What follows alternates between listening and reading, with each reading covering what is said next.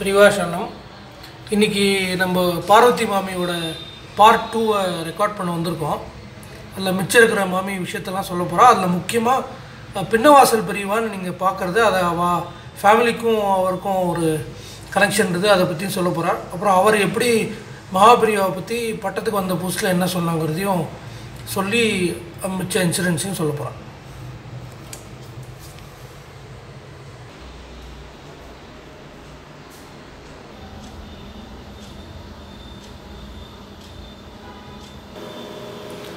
நமஸ்காரம் மாமி. ஒரு 3-4 மாதத்துக்கு முன்னாடி சடனாக ஒரு நாளைக்கு நீங்கள் கூப்பிட்டுருந்தேள். அன்எக்ஸ்பெக்டடாக நான் ஜென்ரலி எடுக்கிற மாதிரி தான் வந்தேன்னா, பட்டு சொன்ன விஷயங்கள்லாம் உலகத்துக்கே இப்போ ரொம்ப ஒரு புது விஷயமாக இருந்தது. விஷயம் புதுசு இல்லை, பட்டு ஒரு 30 வருஷத்துக்கு அப்புறம் ஒரு மேஜர் ரிவைவல், நம்மளோட ஹிஸ்ட்ரியோட அண்டர்ஸ்டாண்டிங்கோட மேஜர் ரிவைவல் தான் உங்கள் வீடியோ. ஆக்சுவலி அப்படி தான் நான் சொல்லணும் அதை. ஏன்னா மகாபிரிவா ஒரு 68வது பீடாதிபதியாக இருந்தாலே தவிர ஒரு மேசிவ் பர்சனாலிட்டியாக இருந்தால் இந்தியன் வேதிக் ஹெரிட்டேஜில். ஏன்னா அது ஒரு பெரிய ரிவைவலாக இருந்தது பிரிட்டிஷ் காலத்துக்கு அப்புறம். அதே மாதிரி அவர் அவருக்கு ஒரு 2-3 பேர் தேவைப்பட்டது அந்த ரிவைவலில். அந்த வேதத்தை சென்டராக வச்சு பல விஷயங்கள் பண்ணுறதுக்கு அவருக்கு ஒரு சில பேர் தேவைப்பட்டால், அதில் நிச்சயமாக அவரோட சிஷ்யர் 69வது பீடாதிபதி, அவரை நம்ம சொல்லாமல் இருக்கவே முடியாது. ஏன்னா அவர் தான் அந்த ரிவைவலோட முக்கியமான கண்டினியூவேஷன். ஆனால் அது தவிர அண்ணாதுரை ஐயங்கார் அப்படின்னு ஒரு மேஜர் பர்சனாலிட்டி, அவரை நம்ம வீடியோ எடுக்க முடியல, என்னாலேயும் எடுக்க முடியல, சிவராமனையும் அவரும் எடுக்க முடியல. பட் அவர் கூட இருந்த உங்களை எடுத்தது தான் அது ஒரு மிகப்பெரிய ஒரு பெரிய பொக்கிஷமாக மாறித்தது.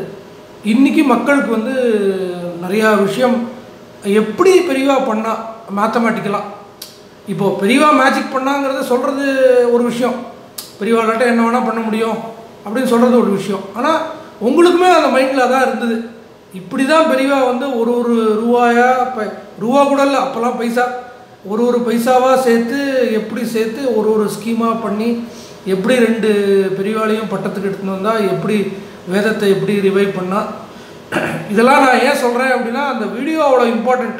நான் எடுத்த 410 வீடியோவில் நிச்சயமாக அது ஒரு மோஸ்ட் இம்பார்ட்டண்ட் வீடியோன்னு நான் சொல்கிற சந்தேகமே இல்லாத சொல்லலாம். அதுக்காக இவ்வளோ இன்ட்ரடக்ஷன் அந்த ஃபஸ்ட்டு வீடியோவுக்கு. இப்போது அன்றைக்கி ஒரு 2.5 மணி நேரம் நம்ம எடுத்ததுனால அன்றைக்கி ஃபர்தராக எடுக்க முடியல. ஆல்ரெடி ராத்திரி 11:15 ஆகிடுது. அதனால் உங்களோட மிச்ச அனுபவங்கள் அதை சொல்கிறதுக்கு முன்னாடி இந்த பின்னவாசல் பிரிவாங்கிற உங்கள் ஃபேமிலிக்கு முக்கியமாக ஒரு கனெக்ஷன் இருந்த அவரும் ஒரு பீடாதிபதி தான். அவரை பற்றி நீங்கள் சொல்லி அவருக்கும் மகாபிரிவாவுக்கும் இருக்கிற சம்பந்தத்தை சொல்லி நீங்கள் ஆரம்பிங்க. திருச்சி பக்கத்தில் லால்குடி இருக்குது. லால்குடியிலேருந்து ஒரு 3-4 கிலோமீட்டரில் பின்னவாசல்னு ஒரு கிராமம். அந்த கிராமத்தில் தான் அவளை ஒரிஜினலாக ஆவுடையார் கோயில் பிரிவான்னு சொல்லுவாள். ஓ சரி சரி. அவள் ஆவுடையார் கோயிலில் ஒரு 16-17 வருஷம் இருந்து தபஸெல்லாம் பண்ணி யோகாம்பாள், அன்னை யோகாம்பாளுடைய அனுகிரகம் பெற்றவர், தரிசனம் கிடச்சவர். சரி. அதுக்கப்புறம் தன்னுடைய கடைசி காலம் இந்த பின்னவாசல் கிராமத்தில் தான் அப்படின்னு அம்பாள் உத்தரவு கொடுத்துட்டான்னு பின்னவாசலுக்கு வந்துவிட்டார். அங்கே தான் இருந்தார், ஒரு 7-8 வருஷம் இருந்தார் போல இருக்கு. அப்புறம் 1944 ஜனவரியில் சமாதி ஆகிட்டார். ஓகே. பட்டு பின்னவாசலில் தான் அப்போ எங்கள் அம்மா அப்பா பாட்டி எல்லோரும் இருந்தால். எங்கள் தான் முதல் வீடு இந்த கிராமத்தில். அந்த அம்மா அப்போ 18-20 வயசு இருக்கும், அவருக்கு 85 வயசு இருக்கும். அம்மா ஒரு பேத்தி மாதிரி தான் அவருக்கு. ஓகே. ஸோ அதனால் அம்மாட்ட ரொம்ப பிரியமாக இருப்பார், எல்லாம் இது பண்ணுவேன். அம்மாவுக்கு ஒரு எனக்கு முன்னாடி 3 பிள்ளை குழந்தைகள் பிறந்து தவறி போயிடுது. ஓகே. அதனால அம்மா ரொம்ப வருத்தமாக இருந்தபோது இவர்கிட்ட வருத்தப்பட்டிருக்கா. என்ன இப்படி இருக்குது பெரியவாளே, எனக்கு நீங்கள் அனுகிரகம் பண்ண மாட்டீங்களா, எனக்கு குழந்தை பாக்கியம் இல்லையா அப்படின்னு எல்லாம் அம்மா கேட்டிருக்கா. அப்போ பெரியவா சொல்லியிருக்கா, யார் சொன்னா உனக்கு இல்லையே சொல்லிட்டு, நான் இருக்கும்போது அது எப்படி இல்லாமல் இருக்க முடியும் அப்படின்னு சொல்லிட்டு ராமேஸ்வரத்தில் போய் சில உங்கள் ஆத்துக்கார் போன ஜென்மாவில் சில காரியங்கள்லாம் பண்ணியிருக்கான், அதோட தோஷம்தான் இப்படி குழந்தையெல்லாம் தவறி தவறி போயின்னு இருக்கா. அதனால ராமேஸ்வரத்தில் போய் திலகோமங்கள்லாம் பண்ணிட்டு வா. எனக்கு தெரிஞ்ச பெரியவா வந்து அடிக்கடி ராமேஸ்வரம் போவா, பின்வாச பெரியவா வந்து அடிக்கடி ராமேஸ்வரம் போவா. அதனால எனக்கு தெரிஞ்ச வைத்தியர்கள்லாம் அங்கே இருக்கா, நான் ஒரு லெட்டர் எழுதி கொடுக்குறேன், நீ போயிட்டு எல்லாம் உனக்கு நல்லபடியாக பண்ணி கொடுத்துருவா, நீ பண்ணிட்டு வா, அப்புறம் நான் சொல்கிறேன் அப்படின்னு சொன்னோன்னா பெரியவா சொன்னபடியே எங்கள் பாட்டி அப்பா அம்மா 2 பாட்டி எல்லாருமா ராமேஸ்வரம் போய் என்னெல்லாம் பண்ணணுமோ எல்லாம் பண்ணிட்டு வந்தான். எல்லாம் பண்ணிட்டு திரும்பி வந்தோடனே எல்லாம் முடிச்சுட்டு வந்துட்டியா அப்படின்லாம் பெரியவா கேட்ட உடனே முடிச்சுட்டு வந்துட்டேன் பெரியவா அப்படின்னு சொன்னோடனே அப்புறம் ஒரு கான்வர்சேஷன் ஆயிருக்கு. அது வந்து ரொம்ப லாங் கான்வர்சேஷன். அந்த அப்போ பெரியவா சொல்லிட்டா, கவலைப்படாத, உனக்கு வந்து ஒரு பொன் குழந்தை பிறக்கும், அந்த ஆனால் ஒரு தாமசமாக பிறக்கும், அப்போ நான் இருக்க மாட்டேன், ஒரு நான் சமாதியானத்துலேருந்து ஒரு 5 வருஷம் கழிச்சு ஒரு பொன் குழந்தை உனக்கு பிறப்பா அப்படின்னு சொல்லிட்டு பாட்டியை சொல்லியிருக்கார். நீ உள்ளே போய் ஒரு பேப்பர் பென்சில் எடுத்துட்டு வா அப்படின்ட்டுருக்கார்.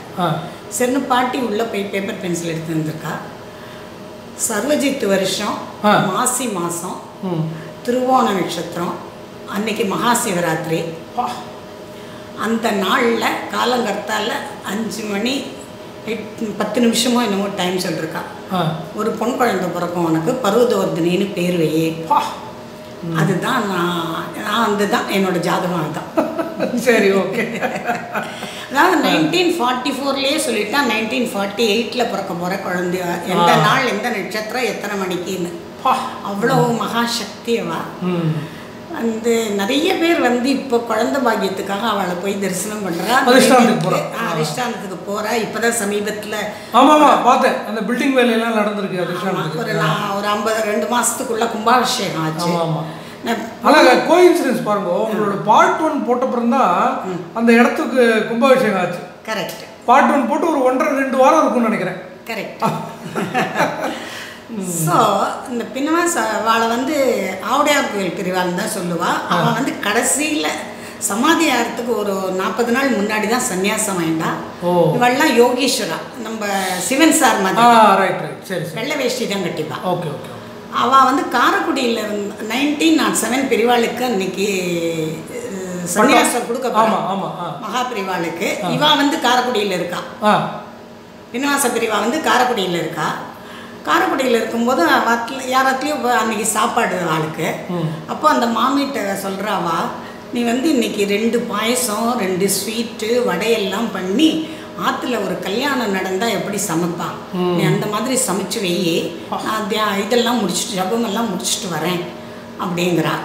சரின்னு மாமி அந்த மாதிரி சமைச்சு வைக்கிறா.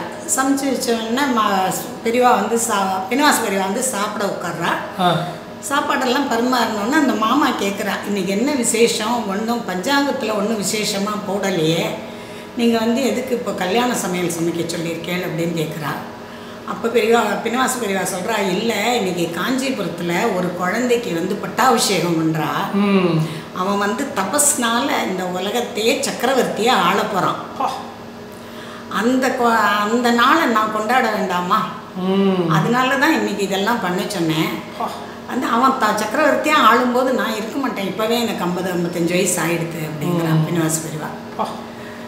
அதான் மகான்கள்ங்கிறதுக்கு இவா எங்கேயோ காரைக்குடியில் இருக்கா, நமக்கு ஒன்றும் கம்யூனிகேஷன்ஸ்க்கெல்லாம் சான்ஸே கிடையாது. 1907 அப்போ அவள் சொல்கிறான், இவன் வந்து தபஸ்னால சக்கரவர்த்தியாக உலகத்தையே ஆள போகிறான் இந்த குழந்தை அப்படின்னு சொல்கிறா. பெரிய விஷயம் அது. அதுக்கப்புறமா வந்து பார்ட் 1ல் வந்து பூராவே பெரியவா எப்படி வேதத்தை ரட்சணை பண்ணால், அண்ணாத்திரையங்கார் வந்து அது எந்த அளவுக்கு அதில் முழு மூச்சோட வேலை பண்ணாருங்கிறதெல்லாம் சொல்லிட்டேன். அதுக்கப்புறம் என்னுடைய சொந்த எக்ஸ்பீரியன்ஸ் ப்ளஸ் எங்காத்துக்கு தான் எல்லாரும் நிறைய பேர் வருவா போவான்னு சொல்லியிருக்கேன். அவளோட சில ரேர் எக்ஸ்பீரியன்சஸ் எல்லாம் அது வந்து எக்ஸ்பீரியன்ஸஸ்ங்கிறத விட இது எல்லா காலத்துக்கும் பொருந்துற மாதிரியான மெசேஜஸ்ன்னு சொல்லுவாங்க. Eternal messages. ஆமாம், அந்த மாதிரியான சில இன்சிடென்ட்ஸையும் சொல்கிறேன். வந்து பெரியவா வந்து இப்போ நாங்கள் வேதலட்சுமி ட்ரஸ்ட்லாம் ஒர்க் பண்ணிட்டுருக்கோம். ஒர்க் பண்ணிட்டு இருக்கும்போது முதல்ல வந்து எங்கள் பெரியவா என்ன பண்ணுறா, ஒரு சுவாமிநாதையர்னு ஃபஸ்ட்டு பார்ட்டில் சொல்லியிருக்கேன். எங்கள் வேதலட்சுமி ட்ரஸ்ட்டில் அவர் தான் எங்களுக்கெல்லாம் ஹெட்டு மாதிரின்னு. அந்த மாமாவுக்குள்ள 4 பாதுகை இருக்குன்னு சொன்னேன் இல்லையா, அதில் வேதலட்சுமி ட்ரஸ்ட் பாதுகையும் ஒன்றும்.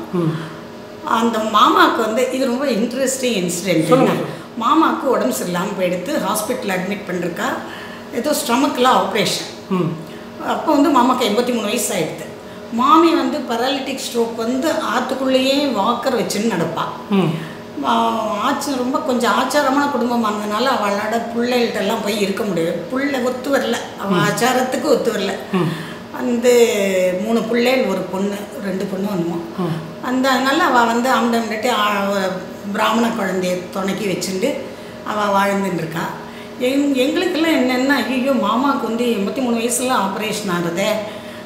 பெரியவா அப்போ வந்து மகாராஷ்டிராவில் ஏதோ ஒரு கிராமத்தில் இருக்கா. சரி சரி. சத்தார யாத்திரையில் இருக்கா. வந்து இன்னும் பன்றிப்பூர் போகிறதுக்கு முன்னாடி இருக்கா. ஸோ வந்து அதனால ஐயங்கார் மாமா ராத்திரி கிளம்பி பெரியவாளை பார்க்க போகிறான். அப்போ நான் மாமாட்ட சொன்னேன், மாமா இந்த மாதிரி சுவாமிநாதன் இருக்குது, நாளைக்கு கர்த்தால ஆப்ரேஷன். வந்து இந்த மாதிரி மாமியோட நிலைமை உங்களுக்கு தெரியும். இப்போ மாமாவுக்கு எதாவது ஆகிடுச்சுன்னா மாமியை யார் பார்த்துப்பா, எங்கே கொண்டு விடுறது ஒன்றும் தெரியல, பயமாக இருக்குது எங்களுக்கெல்லாம். எங்கள் பெரியவா காதில் போட்டு பெரியவாளோட ஆசீர்வாதத்தை வாங்கிட்டு வாங்கோளேன் அப்படின்னு. சரிம்மா நான் பண்ணுறேம்மா அப்படின்னு ஐயங்கார் மாமா சொன்னான். சரிண்ணா ஐயங்கார் மாமா போயிட்டு ராத்திரி மறுநாள் பெரியவாளை பார்த்து சொல்லியிருக்கா, இந்த மாதிரி மாமாவுக்கு ஆப்ரேஷன். அன்றைக்கி பெரியவா வந்து மௌனம். சரி, மூலா நட்சத்திரம். சரி, ஓகே. ஸோ மாமா வந்து எல்லாம் சொன்னோன்னே எல்லாத்தையும் கேட்டுன்னு இருந்திருக்கா. எல்லாத்தையும் கேட்டுன்னு இருந்தோடனே பெரியவா வந்து மௌனமாச்சே, அதனால கையால் இப்படி திருமங்கல்யத்தை கட்டிக்கிற மாதிரி காமிச்சு, சரி இப்படி தாலி கட்டுற மாதிரி காமிச்சு, இப்படி 2 கையும் தூக்கி ஆசீர்வாதம் பண்ணியிருக்கா. சரி, ஓகே. நாங்கள்லாம் நினச்சிட்டோம் சரி மாமா பொழிச்சு வந்துடுவாள், அவ்வளவுதான். நாங்கள் வந்து அதை கேல்குலேட் பண்ணிட்டோம். ஒரிஜினலி 3 வருஷம் கழிச்சு கார்த்திகை பண்டிகை அன்னைக்கு மாமி சோஃபாவில் உட்காந்துட்டு டிவி பார்த்துருக்கா. திடீர்னு கீழே விழுந்தா மாமிக்கு பிராணம் போயிடுச்சு.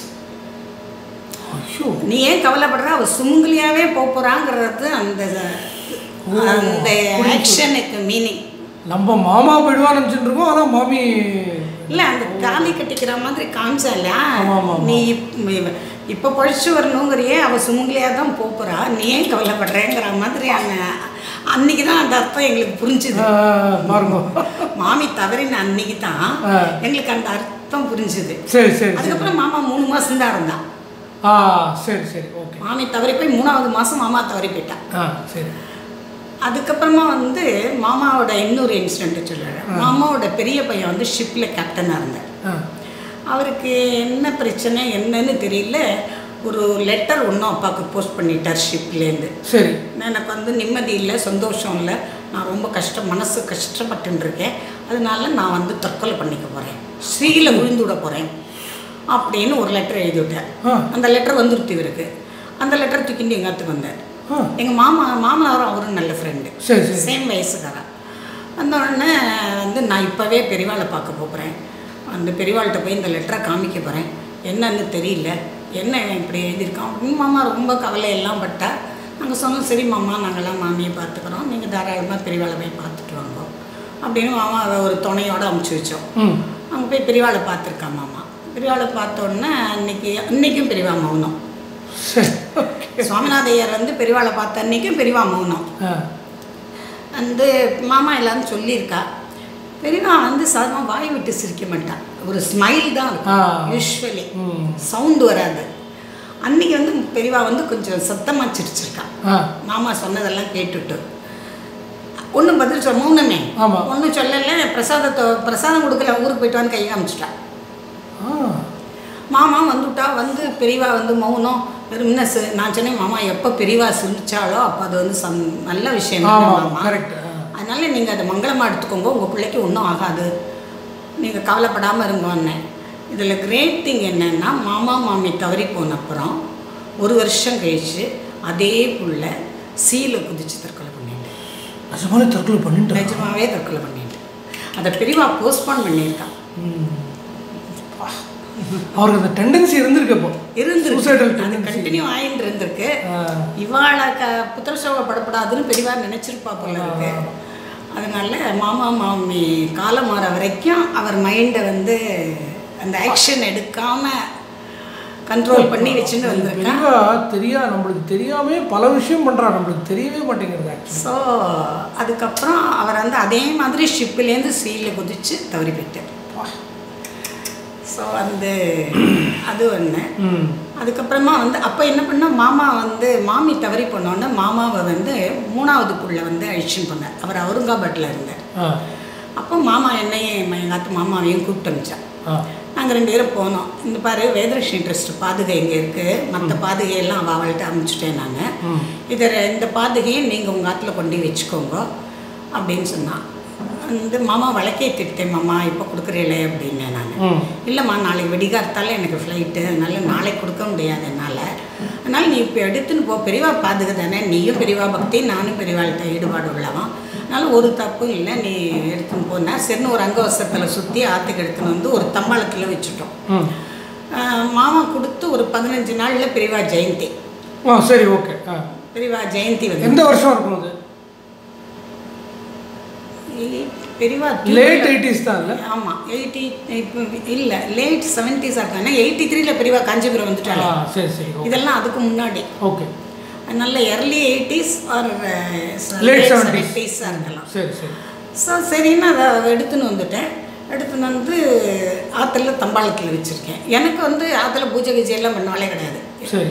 எங்கள் ஆற்றுல எல்லாருமே திருக்கால சந்தியாவந்தனம் பண்ணுவா, காயத்ரி ஜபம் பண்ணுவா, விஷ்ணு சஹஸ்ரநாமம் சொல்லுவா, கோயிலுக்கு போய்ட்டு வருவா, அவ்வளோதான். பூஜைன்னெல்லாம் ஒன்றும் கிடையாது. அதனால எனக்கு இதை என்ன பண்ணணும்னு தெரியல, ஏதோ கொண்டு வந்து தம்பாளத்தில் வச்சாச்சு, அதோட முடிஞ்சு கொடுத்தோம்.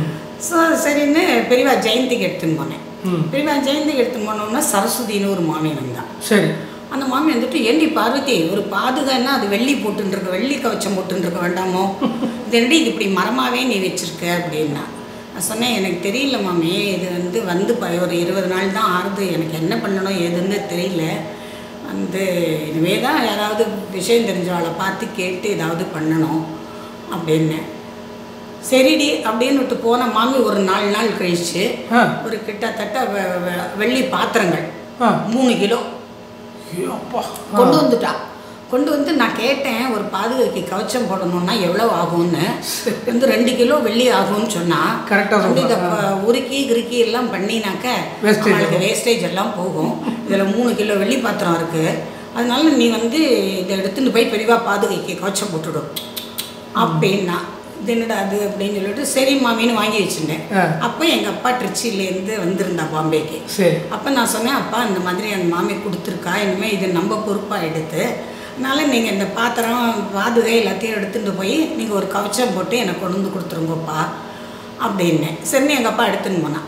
எடுத்துன்னு போயிட்டு கோபால்தாஸில் போய் பார்த்து பேசினான். பார்த்து பேசினோடனே அந்த அவன் என்ன சொல்லிட்டான், நீங்கள் இது பெரியவா பாதுகைன்னு சொல்கிறேன், அதனால நீங்கள் வந்து இது எப்படி பண்ணணும் என்னங்கிறது வந்து பெரியவா தான் சொல்லணும், அதனால் நீங்கள் பெரியவாளை போய் தரிசனம் பண்ணி கேட்டுட்டு வாங்க அப்படின்னுட்டான். அவர் கரெக்டாக சொல்கிறார். ஏன்னா இந்த பாதுகையில் வந்து சில சக்கரம் எல்லாம் வைக்கக்கூடாது சொல்கிறேன் அந்த அப்படின்னு அவன் கோபால்தாஸில் சொல்லிட்டான். சரின்னு எங்கள் அப்பாவும் எங்கள் அப்பாவோட ஃப்ரெண்டு ஒருத்தர் வந்து இருந்தார். அவர் வந்து வெங்கட்ராமையர்னு பேர். அவர் வந்து காஞ்சி மடம் பெரியவாளுக்கு ரொம்ப வேணுங்கப்பட்டவர். பெரியவாளுக்கு அவள் தான் இந்த புவனேஸ்வரி தசாங்கம் எல்லாம் பண்ணுறவா. சரி சரி, ஓகே. ஸோ சிங்கேரி மடத்துக்கும் வேணுங்கப்பட்டவா, காஞ்சி மடத்துக்கும் வணங்கப்பட்டவா. அவளுக்கு ஆள் பட வேணும், சமையலுக்கு ஆள் வேணும், எது வேணும்னாலும் பெரியவா உடனே வெங்கட்ராமையருக்கு ஆரம்பிச்சா அவர் உடனே ஓடி போயிடுவார். அந்த இவெல்லாம் silent workers. Okay okay. So வந்து சரின்னு எங்கள் அப்பாவும் வெங்கட்ராமையரும் காஞ்சிபுரம் போயிருக்கா. அப்போ வந்து பெரியவா சிவஸ்தானத்தில் இருக்கான். அதனால அது 78 தான், 79 தானே பெரியவா கிளம்புறா. ஆமாம். வந்து போய் பார்த்தாக்கா பெரியவா வந்து நான் ஏண்டா நானாடா மடாதிபதி, இப்போ மடாதிபதி அவர்கிட்ட போய் கேளுன்ட்டா. சரின்னு ஜெயேந்திரர்கிட்ட வந்து கேட்டாக்கா அவர் சொல்கிறார், பாதுகா அவரோடதுங்கிறால் நான் எப்படி உங்களுக்கு பதில் சொல்ல முடியும், நீங்கள் அவர்கிட்டயே போய் கேளுங்கன்னுட்டார். சரின்னு இங்கேருந்து திரும்பி அங்கே போனா 2 பேரும். அங்கே போன உடனே என்னை இப்படியே அலக்கழிக்காதேங்கோ, இந்த இதை ஏதாவது ஒரு வழி சொல்லுங்கோ அப்படின்னு வெங்கட்ராமையர் கேட்டிருக்கார். பெரியவா வந்து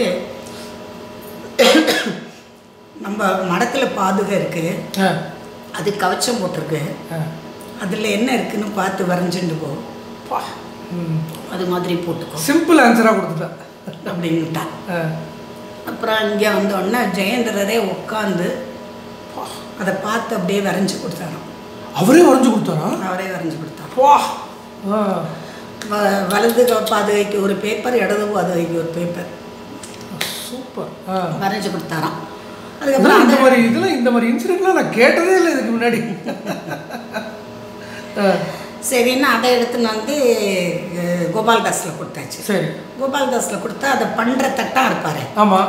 அவரை கூப்பிட்டு கேட்டாக்கா அவர் வந்து இது பண்ணி முடிக்கிறதுக்கு எனக்கு 25 நாள் ஆகும் அப்படின்னு. சரி, ஓகே. என்னதுக்கு 25 நாள் அப்படின்னு அந்த ஓனர் கேட்டிருக்கேன். இல்லை, இது பெரியவா பாதுகைங்கிறீங்க, அதனால நான் வந்து சாப்பிட்டு விட்டுட்டெல்லாம் அதை தொட முடியாது, அதனால கரெக்டாக குளிச்சுட்டு ஒரு நாளும் அதுக்கு உண்டான சாப்பிட்றதுக்கு முன்னாடி. சரி சரி, ஓகே. பிரேக்ஃபாஸ்ட்டும் சாப்பிட மாட்டாராம், காஃபியோ இதை குடிச்சிட்டு வருவேன். அதுக்கப்புறம் இந்த பாதுகை வேலையெல்லாம் பண்ணுவேன். அதுக்கப்புறம் மத்தியானம் சாப்பிட போனோன்னே இது தூக்கி மூடி வச்சிருவேன். அதுக்கப்புறம் வேற அவன் கடை வேலை பண்ணுவேன். எப்படிலாம் இருந்திருக்க பாருங்க ஜனங்கள். அதனால எனக்கு ஒரு நாளைக்கு 3 மணி நேரம் வேலை தான் நடக்கும். ஸோ எனக்கு வந்து டைம் நிறைய வேணும். ரெண்டாவது இது பெரியவா பாதுகைங்கிறேன் ரொம்ப ஜாக்கிரதையாக பண்ணணும், நம்ம இஷ்டத்துக்கு பண்ணிட முடியாது அப்படின்னு சொல்லிட்டு வருவேன். சரின்னாச்சு. அது 25 நாள் ஆகிடுது. ஃபோன் பண்ணேன், ரெடி ஆகிடுத்து, வந்து எடுத்துன்னு போங்கன்னு. வந்து எடுத்துன்னு போங்கன்னு ஃபோன் பண்ணோடனே சரி எங்கள் அப்பாவும் வெங்கட்ராமையரும் போனான் எடுத்துன்னு வரத்துக்கு போனோடனே அவனுக்கு என்ன பண்ணிது என்னவோ தெரியல. அந்த ஓனருக்கு நான் ஒரு நாள் கொண்டு எங்கள் ஆக்கில் வச்சுட்டு இருந்துட்டு உங்களுக்கு தரேனே. கோபால்தாஸ் சொன்னாராம். சரி நீங்கள் வச்சுட்டு இருந்துட்டு தாங்கோ அப்படின்னு சொல்லிட்டு இவன் 2 பேரும் ஆற்றுக்கு வந்துட்டான். அவர் கொண்டு அன்றைக்கி ராத்திரி அவள் ஆற்றுல சுவாமி இடத்துல வச்சுருக்கேன். அவள் சுவாமி இடத்துல தான் அவளோட அந்த லாக்கர்லாம் வச்சுருக்கான். சரி சரி, ஓகே. அதில் அன்றைக்கே அவளுக்கு வைரம் வந்திருக்கு, வச்சுருக்கான். ஓகே. ஃபியூ லேக்ஸ் ஒர்த்து வைரம் அது. சரி. அதை தெரிஞ்சுட்டு எவனோ இவத்தில் திருட வந்திருக்கான். திருட வந்தவன் வந்து திருட வந்திருக்கான்னு தெரியல இவளுக்கு. மறுநாள் கத்தல போய் சுவாமி ரூமை திறந்தா 2 பேர் உள்ளே உட்காந்துருக்கான். ஐயோ, என்னடா ஏதுடான்னு அடித்து விசாரிச்சா, இல்லை சாமி இந்த மாதிரி உங்கள் வீட்டுக்கு வைரம் வந்திருக்குன்னு எங்களுக்கு செய்தி வந்தது, தெரிஞ்சுது, அதனால திருடிட்டு போகலான்னு வந்தோம். என்னமோ தெரியல, உள்ளே வந்தோடனே இந்த இங்கே இருக்க இந்த செருப்பு இதுலேருந்து என்னமோ ஒரு ஒளி வந்தது சாமி. அப்புறம் எங்களுக்கு கண்ணே தெரியல, உட்காந்துட்டோம் நாங்கள்.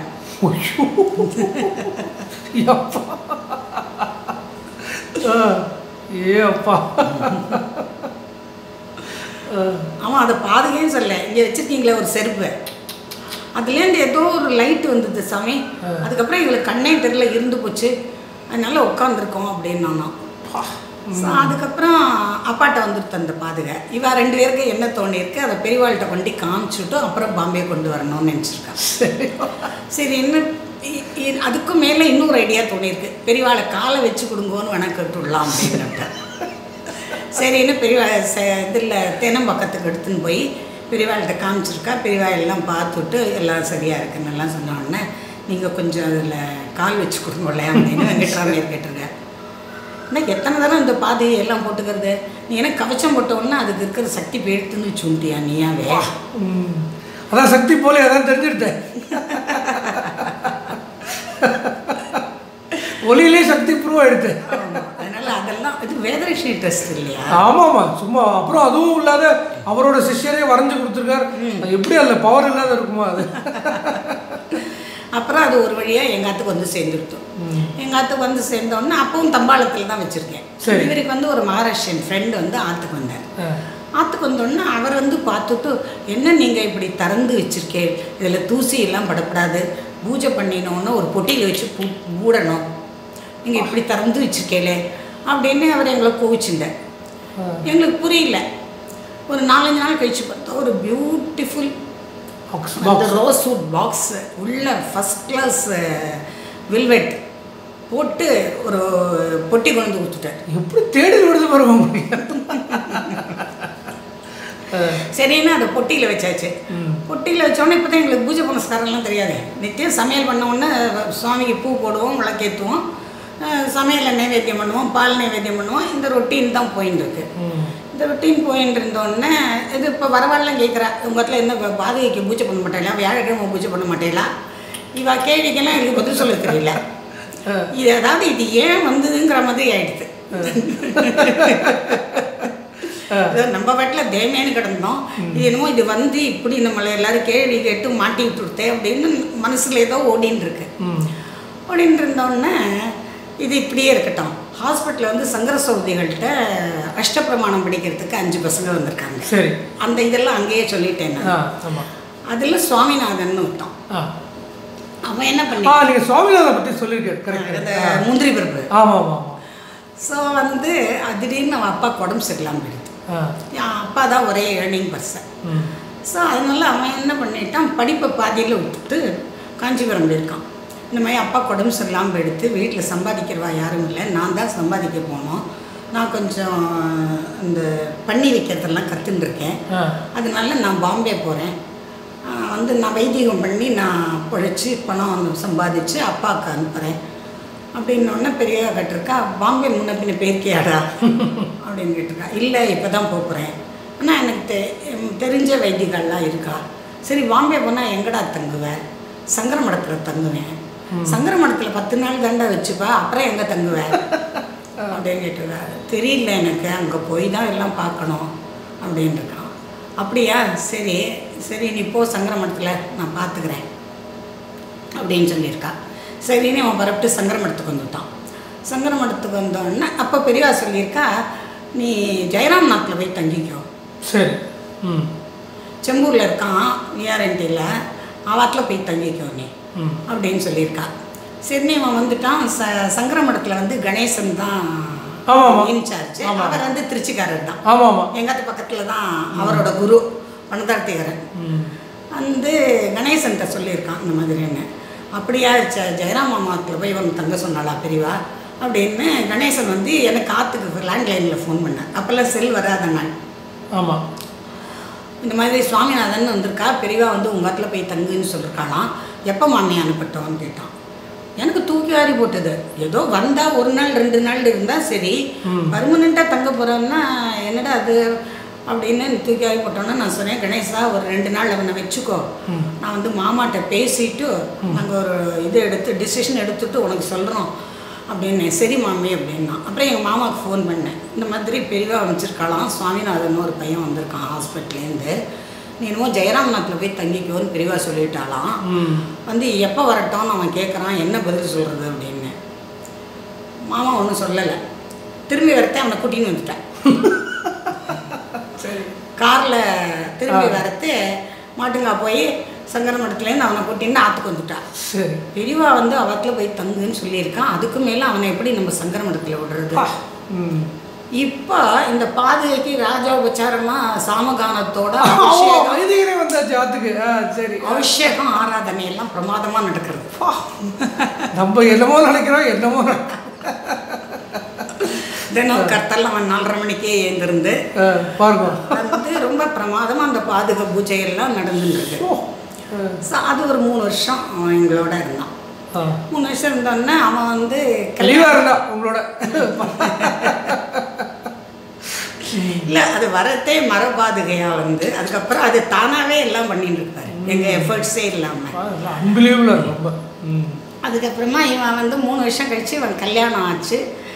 ஆம்புலேஷன் போய் நமஸ்காரம் பண்ணியிருக்கான். அப்போ நாங்கள் வந்து அவன்கிட்ட கிளியராக சொல்லிட்டேன், இப்போ பாருப்பா எங்களுக்கே 1 பெட்ரூம் தான், ஏற்கனவே எங்கள் மாமனார் இருக்கார், நாங்கள் 2 குழந்தைகள் இருக்கோம், அதனால் உனக்கு ரூம் எல்லாம் தர முடியாது, நீ வீடை பார்த்துட்டு உன் பொண்டாட்டியை கூட்டிகிட்டு வா அப்படின்னு சொல்லியிருந்தேன். ஓகே.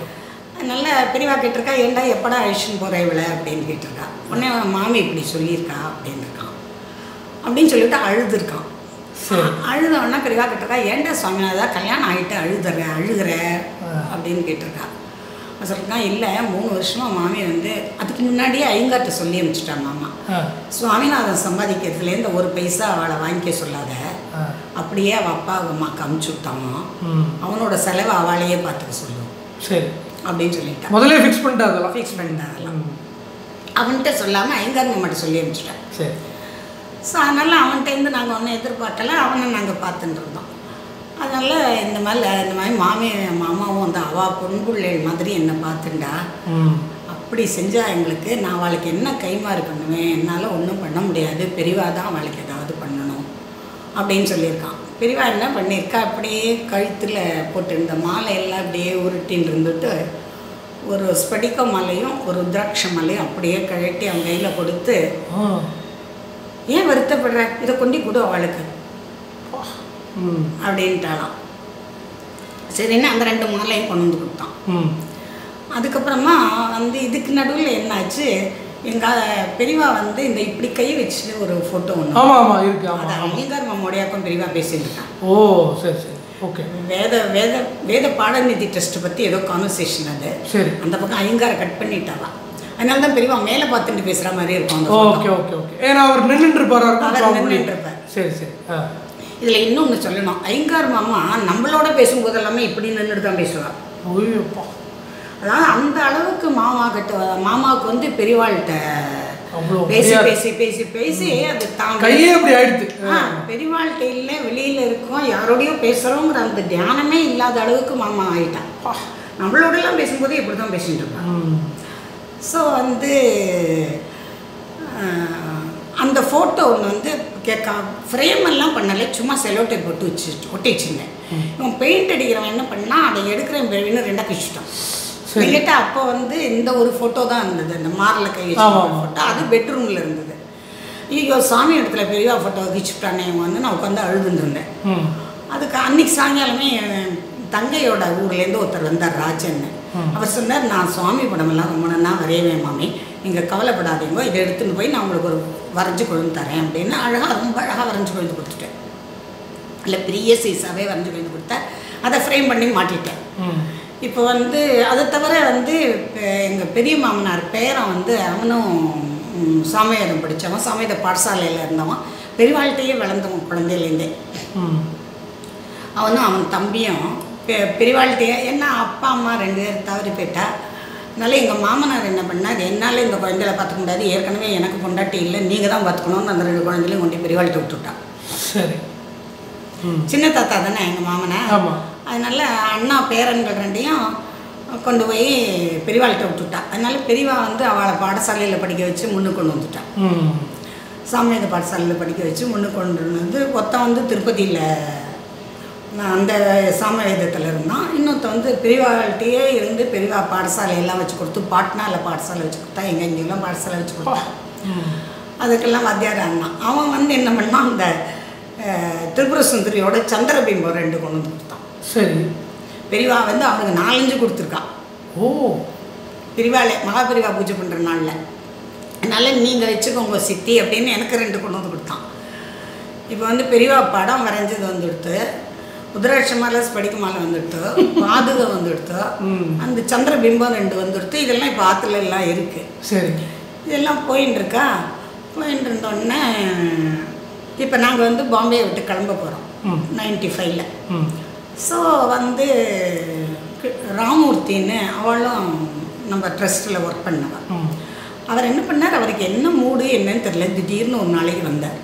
திடீர்னு ஒரு நாளைக்கு வந்துட்டு, என்ன நினச்சிட்டு இருக்க, 10 வருஷமாக பார்க்குறேன், உங்கள் ஆற்றுல தான் பாதுகை இருக்குது, அது என்ன அந்த பாதுகை உங்கள் ஆற்றுல தான் இருக்கணுமா, எங்கள் ஆற்றுலலாம் இருக்க கூடாதா, வேதரட்சணி ட்ரஸ்ட்டு காமன் தானே எல்லாருக்கும் அப்படின்னு சண்டை போட்டார். கேட்கல அதை தூக்கின்னு போயிட்டார். அவரே தூக்கின்னு போயிட்டார். சரி, ஓகே. அவரே தூக்கின்னு போயிட்டாருன்னா இதுனடா அது எனக்கு என்ன பண்ணணும்னே புரியல. ஆமாம், இல்லைன்னு சொல்ல முடியாது. அவர் எதாவது கேட்டால் பதில் சொல்ல ஒன்றுமே கேட்கலையே. வந்தார், கத்தினார், பொட்டியை தூக்கிட்டார், போயிட்டார். வந்து இது ரெண்டாவது அப்படின்னு ரொம்ப வருத்தமாக இருந்தது. சரின்னுட்டு அது போச்சு. அதுக்கப்புறமா அந்த வரைஞ்சி கொடுத்தாரு ராஜன், அவர் அங்கேருந்து வந்தார். இது நடந்து கொஞ்ச நாளைக்கெல்லாம் வந்துவிட்டு அவர் என்ன பண்ணார், நான் இந்த படத்தை வேறு யாருக்காவது வரைஞ்சி கொடுத்துருந்தேன்னா எனக்கு ஒரு 10-15 ரூபா கிடச்சிருக்கும், நீங்கள் வந்து ஃப்ரீயாக வச்சுட்டேலே மாமி அப்படின்னு சண்டை போட்டார். நான் சொன்னேன், ஏன்பா நீ கொடுக்குறதே நீ அப்படி தானேப்பா கொடுத்த, நீ வந்து இதுக்கு பணம் கொடுன்னு சொல்லியிருந்தேன்னா நான் வந்து எனக்கு வேண்டான்னு சொல்லியிருப்பேன். ஏன்னா பணம் கொடுத்து வாங்குற அளவுக்கு நான் பணக்காரி இல்லை பெரியவாட, அதுக்கு வந்து அதனால நான் வந்து வாங்கியிருக்க மாட்டேன் உங்கள்கிட்ட, அதனால் நீ வந்து அப்படின்னு சொல்லிட்டு, சரிப்பா நீ எடுத்துன்னு போ உன்னோட ஃபோட்டோவை, அப்போ உனக்கு 15,000 என்ன, நான் பெரியவாள்கிட்ட தினம் பிரார்த்தனை பண்ணுறேன், இன்னுமே நிறைய கிடைக்கட்டும் எடுத்துன்னு போன்னுட்டேன். சரி, அதை எடுத்துன்னு போயிட்டான். அதுக்கப்புறம் எடுத்துன்னு போயிட்டார் அந்த ஃபோட்டோவை. சரி, இந்த 2 சந்தன பிம்பம் இருக்கா, அது அழுக்காக எடுத்துன்னுட்டு நான் அது சந்தனங்கிறது எனக்கு மறந்து போயிடுச்சு. ஓ, நீங்கள் தண்ணியில் வச்சுட்டேன், தண்ணியில் போட்டுவிட்டேன். கொஞ்சம் ஊறட்டும். அது கரைஞ்சி போயிடுது. 1 மணி நேரம் கழிச்சு பார்த்தா கம்ப்ளீட்டாக கரைஞ்சி போயிடுது. எனக்கு ஒரே அழுகை. வந்து அப்போ பெரியவா நிறைய சொப்பனத்தில் வருவா, நிறைய பேசுவாள், நிறைய எனக்கு வந்து ஒரு ஆத்மகுருன்னு சொல்லுவாள். அந்த எனக்கு அதுக்கு ரொம்ப நாளைக்கு அர்த்தம் புரியல. அதுக்கப்புறம் ஒரு இப்போ ரீசெண்டாக அதோட அர்த்தம் எனக்கு புரிஞ்சுது. அதுக்கு ஒரு இன்சிடெண்ட் யாரோ சொன்னான், பெரியவாளை பற்றியோட இன்சிடெண்ட்டு தான். ஓகே. வந்து ஆத்மகுருவாக இருந்து நிறைய பெரியவா எனக்கு போதனை பண்ணியிருக்கான். சொப்பனத்தில் வருவாள். ஸோ அந்த மையம் உட்காண்டா அழுதுன்றிருக்கேன். சொப்பனத்தில் வந்தான். சொப்பனத்தில் வந்தோடனே நான் வந்து உங்ககிட்ட ஒன்றுமே கேட்கல. நீயா தான் அந்த ராஜனை விட்டு ஒரு ஃபோட்டோ வரைஞ்சி தர சொன்னேன். நீயா தான் வந்து ராமுவை விட்டு எனக்கு 2 சந்திர பிம்பம் கொடுக்க சொன்னேன். நீயா தான் பாதுகையை எங்கள் இடத்துல கொண்டு வச்சேன். இப்போ நீயே எல்லாத்தையும் இவங்ககிட்டேருந்து பிடிங்கன்னு விட்ட. இப்போ நான் என்ன பண்ணுவேன்? இப்போ என்கிட்ட பாக்கி இருக்கிறது ஒரு ஸ்படிக மாலை, ஒரு உத்ராட்ச மாலை தான்.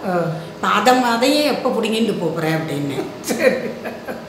உடனே பெரிய ஆசிரியச்சுட்டே சொன்னால், நான் பிடிங்கிட்டு போகிறது இல்லை, நீ தான் பண்ண போகிற அப்படின்னா. நான் என்ன பண்ண போகிறேன்? அது நூலில் கொத்துருந்தது. அதை பிரிச்சுரும். யாரெல்லாம் வேதலட்சுமி ட்ரஸ்ட்டுக்கு பணம் கொடுக்குறாளோ அவளுக்கு 2 உத்ராட்சம் 2 ஸ்படி சொல்லிட்டாளா கொடுத்துரும். அப்புறம் எனக்கு இப்போ எல்லாம் போயிடுது இல்லையா? வந்தது அத்தனையும் போயிடுது, ஒன்றும் இல்லை. அப்போ எனக்கு அப்படின்னு என்னை எத்தனை நாள் இப்படியே இந்த வஸ்துவிலேயே பார்த்துட்டு இருக்க போகிறேன் அப்படின்ட்டு இப்படி கையை வச்சுட்டு இருந்தான். இதுக்கும் மேலே இதுக்கும் மேலே இதுக்கும் மேலே எப்போ பார்க்க போகிற? பார்க்கணும் நீ அப்படின்னா. பெரிய உபதேசம் தான். ஆமாம். அதோட அதுக்கப்புறம் பெரியவா சொப்பனத்தில் வரதில்லை. ஓ, அந்த லெவல்லேருந்து போயாச்சு. அதுதான் லாஸ்ட்டு சொப்பனம். ஸோ இந்த பாதுகை கதை இப்படியாச்சு. அதுக்கப்புறமா வந்து ஜாம்ஷெட்பூரில் வந்து ராமர் கோயில் கட்டினான். ராமர் கோயில் கட்டின போது எல்லாருமே அப்போ அந்த டைமில் கோவில் கட்டுறவா என்ன பண்ணுவா, பெரியவாள்கிட்ட போய் இந்த மாதிரி கட்ட போகிறோம், இதுதான் பிளான் எல்லாம் கொண்டு போய் காமிச்சுட்டு ஆசீர்வாதம் வாங்கிட்டு வர பழக்கம். ப்ளூ பிரிண்ட் காமிப்பா. ஆமாம். அது மாதிரி ஜாம்ஷெட்பூர்காரா போய் பெரியவாள்கிட்ட ப்ளூ பிரிண்ட்டை காமிச்சு ஆசீர்வாதம் கேட்டிருக்கா. பெரியவா டக்குன்னு என்ன பண்ணிட்டா, 100 கோடி ராமநாமா எழுதி பேஸ்மெண்ட்டில் வச்சுட்டு அதுக்கு மேலே கோயில் கட்டுங்கன்னுட்டான். இப்போ 100 கோடி ராமநாமா எழுதுறதுன்னா எப்படி எழுதுறது? இவாளுக்கு ஐயோ வந்ததே தப்பாக பண்ணுறேங்கிற மாதிரி ஒரு பயம் வந்துவிட்டு வெளியில் வந்துவிட்டா. பெரியவா சொல்லிட்டா, சொன்னதை பண்ணி தானே ஆகணும். அப்போ சொன்னதை பண்ணி தானே ஆகணும். அதனால் அவள் என்ன பண்ணா, ஒரு ரெக்டாங்குலர் ஷீட்டு அதில் இப்படி லைனாக போட்டிருக்கோம். அதுலேருந்து தான் இந்த லைன் போட்ட ஆரம்பிச்சது. சரி சரி சரி. ஒரு சைடில் 100 இருக்கும், வெறும் ராமா ராமா எழுதினோம். ஆமாம், அந்த பாக்ஸில் ராம் மட்டும் தான் அது எழுத முடியும். ஆமாம், அது எனி லாங்குவேஜ் அவள் சொந்த லாங்குவேஜில் எழுதிக்கலாம். ஒரு சைடில் 1000 இருக்கும், இன்னொரு சைடில் 1000 இருக்கும். ஒரு ஷீட்டுக்கு வந்து 2000. இது ஜாம்ஷெட்பூர்லேருந்து ஸ்ரீனிவாசன் ஒருத்தர் வந்து அட்டாமிக் இன்ஜினியரிங் முடிச்சுட்டு பிஆர்சியில் சயின்டிஸ்டாக இருந்தார். அவர் வந்து ஜாம்ஷெட்பூர்காரர். அவர்கிட்ட சொல்லியிருக்கா, இந்த வந்து இதுக்கு ஏதாவது பண்ண முடியுமான்னு பாரு, ஷீட்ஸ் ஏதாவதுன்னா. அவன் வந்து யாரையெல்லாம் மீட் பண்ண போது அவள் சொல்லியிருக்கா, நீ போய் ஜெயராமை போய் பாரு, ஜெயராம் வில் ஹெல்ப் யூ. ஏன்னா அவன் வந்து அட்வர்டைஸிங் இருப்பான் அப்படின்னு சொல்லியிருக்கா. அவரை எங்கள் அத்துக்கு வந்தார். அவர் எங்கள் அத்துக்கு வந்தோடனே நான் சொன்னேன், சரிப்பா நான் மாமாட்ட சொல்கிறேன், மாமா கிட்ட சொல்கிறேன்னு சொல்லி விட்டேன். இவர் ராத்திரி சொன்னேன் இவர்கிட்ட, இந்த மாதிரி கொஞ்சம் ஷீட் கொடுத்துருக்கான், ஒரு 10 ஷீட் கொடுத்துட்டு போனான், உங்களால் ஏதாவது முடிஞ்சால் பண்ணுங்க அப்படின்னு சொன்னேன். சரின்னுட்டு இவர் அப்புறமா வந்து அப்போ வந்து இந்த பிரிண்டர் வந்து ஒரு மார்வாடி, அவர் பேர் நான் மறந்து போயிட்டேன், 30-35 வருஷம் ஆச்சு இல்லையா. ஸோ வந்து அவர்கிட்ட போய் முதல்ல ஒரு 5000 ஷீட்ஸ் ஃப்ரீயாக பண்ணிட்டு வந்துட்டேன். சரி, ஃப்ரீயாக பண்ணிட்டு வந்து அவனுக்கு கொடுத்தாச்சு, சீனிவாசன்கிட்ட கொடுத்தாச்சு. இவர் என்ன பண்ணிருக்கார், அந்த 5000 ஷீட்ஸ் பிரிண்ட் பண்ணி கொடுத்த அன்றைக்கி ராத்திரி போய் அம்மாட்ட பேசின்னு இருந்திருக்கேன். இந்த பிரிண்டர் அம்மாட்ட பேசின்னு இருக்கும்போது இந்த மாதிரி பண்ணி கொடுத்தேம்மா அப்படின்னு சொல்லியிருக்கேன். உடனே அம்மா கேட்டிருக்கா, ஏண்டா அயோத்தியா ராமர் தானடா நமக்கெல்லாம் குலதெய்வம், நீ வந்து அதுக்கு காசு வாங்கினியா அப்படின்னு கேட்டிருக்கா. இல்லைம்மா நான் ஃப்ரீயாக தான் பண்ணி கொடுத்தேன். முதல்ல ஃப்ரீயாக தான் பண்ணியிருக்கேன் பிரிண்டர் சொல்கிறா. இந்த 100 கோடி ராமநாமாவோட ஷீட்ஸும் நம்ம ப்ரெஸ்ஸுலேருந்து தான் போகணும். நீ ₹1 கூட சார்ஜ் பண்ணப்படாது. அந்த ப்ரெஸ்ஸு பேர் தெரியுமா? என் பிள்ளைய கேட்டு வேணா சொல்கிறேன், ஞாபகம் இல்லை. எங்கள் அந்த ப்ரெஸ்லேருந்து நம்ம ப்ரெஸ்ஸுலேருந்து தான் போகணும். நீ ₹1 கூட சார்ஜ் பண்ணக்கூடாது. அதனால் 100 கோடி ராமநாமாவுக்கு என்ன எவ்வளோ ஷீட்ஸ் வேணும்னு கணக்கு போட்டு நீ பிரிண்ட் பண்ணி கொடுத்துருன்ட்டா அம்மா. இங்கே காஞ்சிபுரத்தில் உட்காந்து எவ்வளோ நடக்கிறது பாருங்க. அதை பாருங்க. இந்த காஞ்சிபுரத்தில் நான் உட்காந்துதான் அந்த கோவிலுக்கே சங்கல்பம் பண்ணாலே அயோத்தியாவுக்கு இல்லையா? மாநாட்டம் பண்ண முடியாததே கிடையாது. ஸோ அது இப்போ வந்து ஷீட்ஸ் வந்து வர ஆரம்பிச்சுடுத்தேன். ஷீட்ஸ் வர ஆரம்பித்தோன்னா இப்போ எங்காத்துலேருந்து தானே வெளியில் போகிறது. இப்போ கலெக்ஷன் எங்கே பண்ணுறதுன்னு தெரியல ஒருத்தருக்கும். அதனால அத்தனை ஷீட்ஸும் திரும்பி எங்காத்துக்கே வர ஆரம்பிச்சுடுத்தோம். இந்த ஆல் ஓவர் இந்தியா எழுதின ஷீட்ஸு. அப்போ நீங்கள் ஜம்ஷெட்பூரில் இருக்கு? எல்லாமே பாம்பேயில். சரி சரி, ஓகே. எங்கள் பிரிண்டிங் பாம்பேயில் தானே ஆயிருக்கேன். காஞ்சிபுரம் எங்கே இருக்குது, ஜம்ஷெட்பூர் எங்கே இருக்குது, பாம்பே சம்பந்தமே இல்லை. எல்லாமே பிரிண்டிங் வந்து ஷீட்ஸ் எல்லாம் பிரிண்டிங் பாம்பேயில் தானே ஆகுது. அது வந்து ஆல் ஓவர் இந்தியா டிஸ்ட்ரிபியூட் ஆகுது. சரி. ஸோ இங்கே வந்து பாம்பேயில், பூனாவில், இந்த சரௌண்டிங் மகாராஷ்டிரில் இருக்கிற போன ஷீட்ஸ் எல்லாம் எங்காத்துக்கு திரும்பி வந்துவிட்டோம். சரி. You can't believe 25 crores of Ramanama எங்காத்துல இருந்தது. அதுக்கு நாங்கள் வந்து ஒரு உடன் லாஃப்ட் போட்டோம். ஏன்னா அப்போ வந்து நான் என் பொண்ணு எல்லாருமே பீரியட்ஸ் உள்ளவா. ஆமாம், கரெக்ட். அதெல்லாம் படக்கூடாது, ஒன்றும் படக்கூடாது.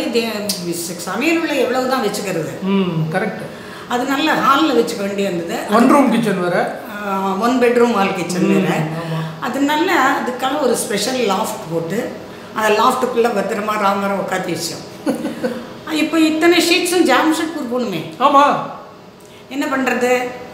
ஸோ அதுக்குள்ளே இவர் என்ன பண்ணார், ஜெயேந்திர இந்த மாதிரி கலெக்ஷன் ஆகுதுன்னு அவர் என்ன பண்ணினா யாரையோ பிடிச்சி இவாள்கிட்ட ராமஜெய நோட்டெல்லாம் சேர்ந்துருது இல்லையா, அதெல்லாம் ஒரு ட்ரக்கில் போட்டு சங்கரமடத்துக்கு அனுப்பிச்சிட்டேன். பாம்பே சங்கரமடத்துக்கு. சரி. அது வந்து ஒரு 15-20 கோடி வந்து சேர்ந்துருத்து. ஆக இது ஒரு 25, அது ஒரு 40 கோடி எடுத்து, அதுவே 45 கோடி ராமநாமா வந்து சேர்ந்துருத்து. இப்போ இத்தனையும் ஜாம்ஷெட்பூர் போகணுமே. ஆமாம். ஸோ என்ன பண்ணுறதுன்னு தெரியல.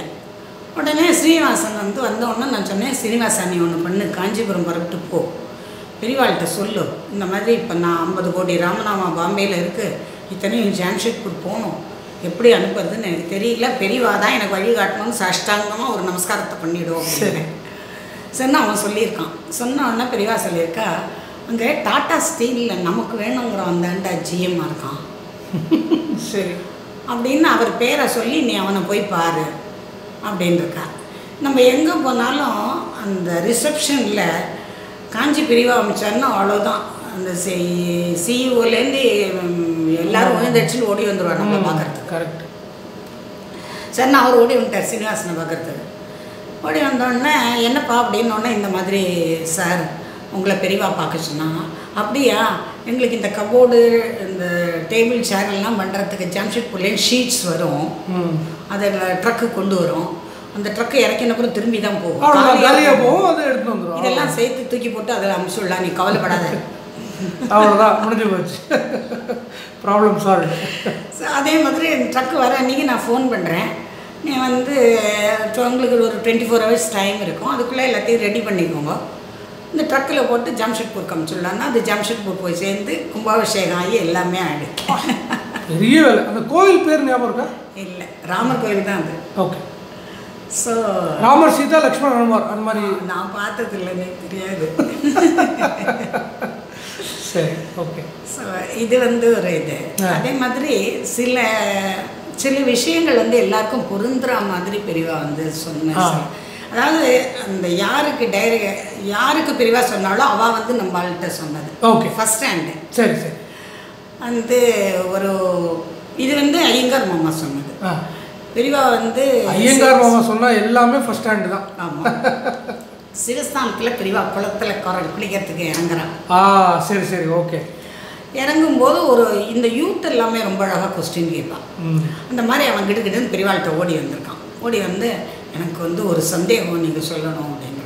பெரியவா நின்று என்னப்பா அப்படின்னு கேட்டிருக்கான். இல்லை பக்தி மனசில் இருந்தால் போகிறாதா, வந்து எதுக்காக நாமம் போட்டுக்கணும், எதுக்காக விபூதி எடுத்துக்கணும், எதுக்காக அந்த பச்சைக்கச்சம் கட்டிக்கணும், எதுக்காக கொசாப்புடா கட்டிக்கணும், அவன் வரிசையாக கேட்டிருக்கான். இதெல்லாம் ஏன் ஏன் ஏன் ஏன்னு பெரியவா ஒன்றும் சொல்லலை. போய் இறங்கி வஸ்திரங்கள்லாம் அவுத்து வச்சுட்டு தண்டத்தை வச்சு விட்டு பெரியவா ஸ்நானம் பண்ணிட்டான். ஸ்நானம் பண்ணிட்டு கரையேறான். கரையேறினவுடனே ஒரு அம்மாவும் ஒரு 3 வயசு பொன் குழந்தையும் நின்றுட்டுருக்கான்.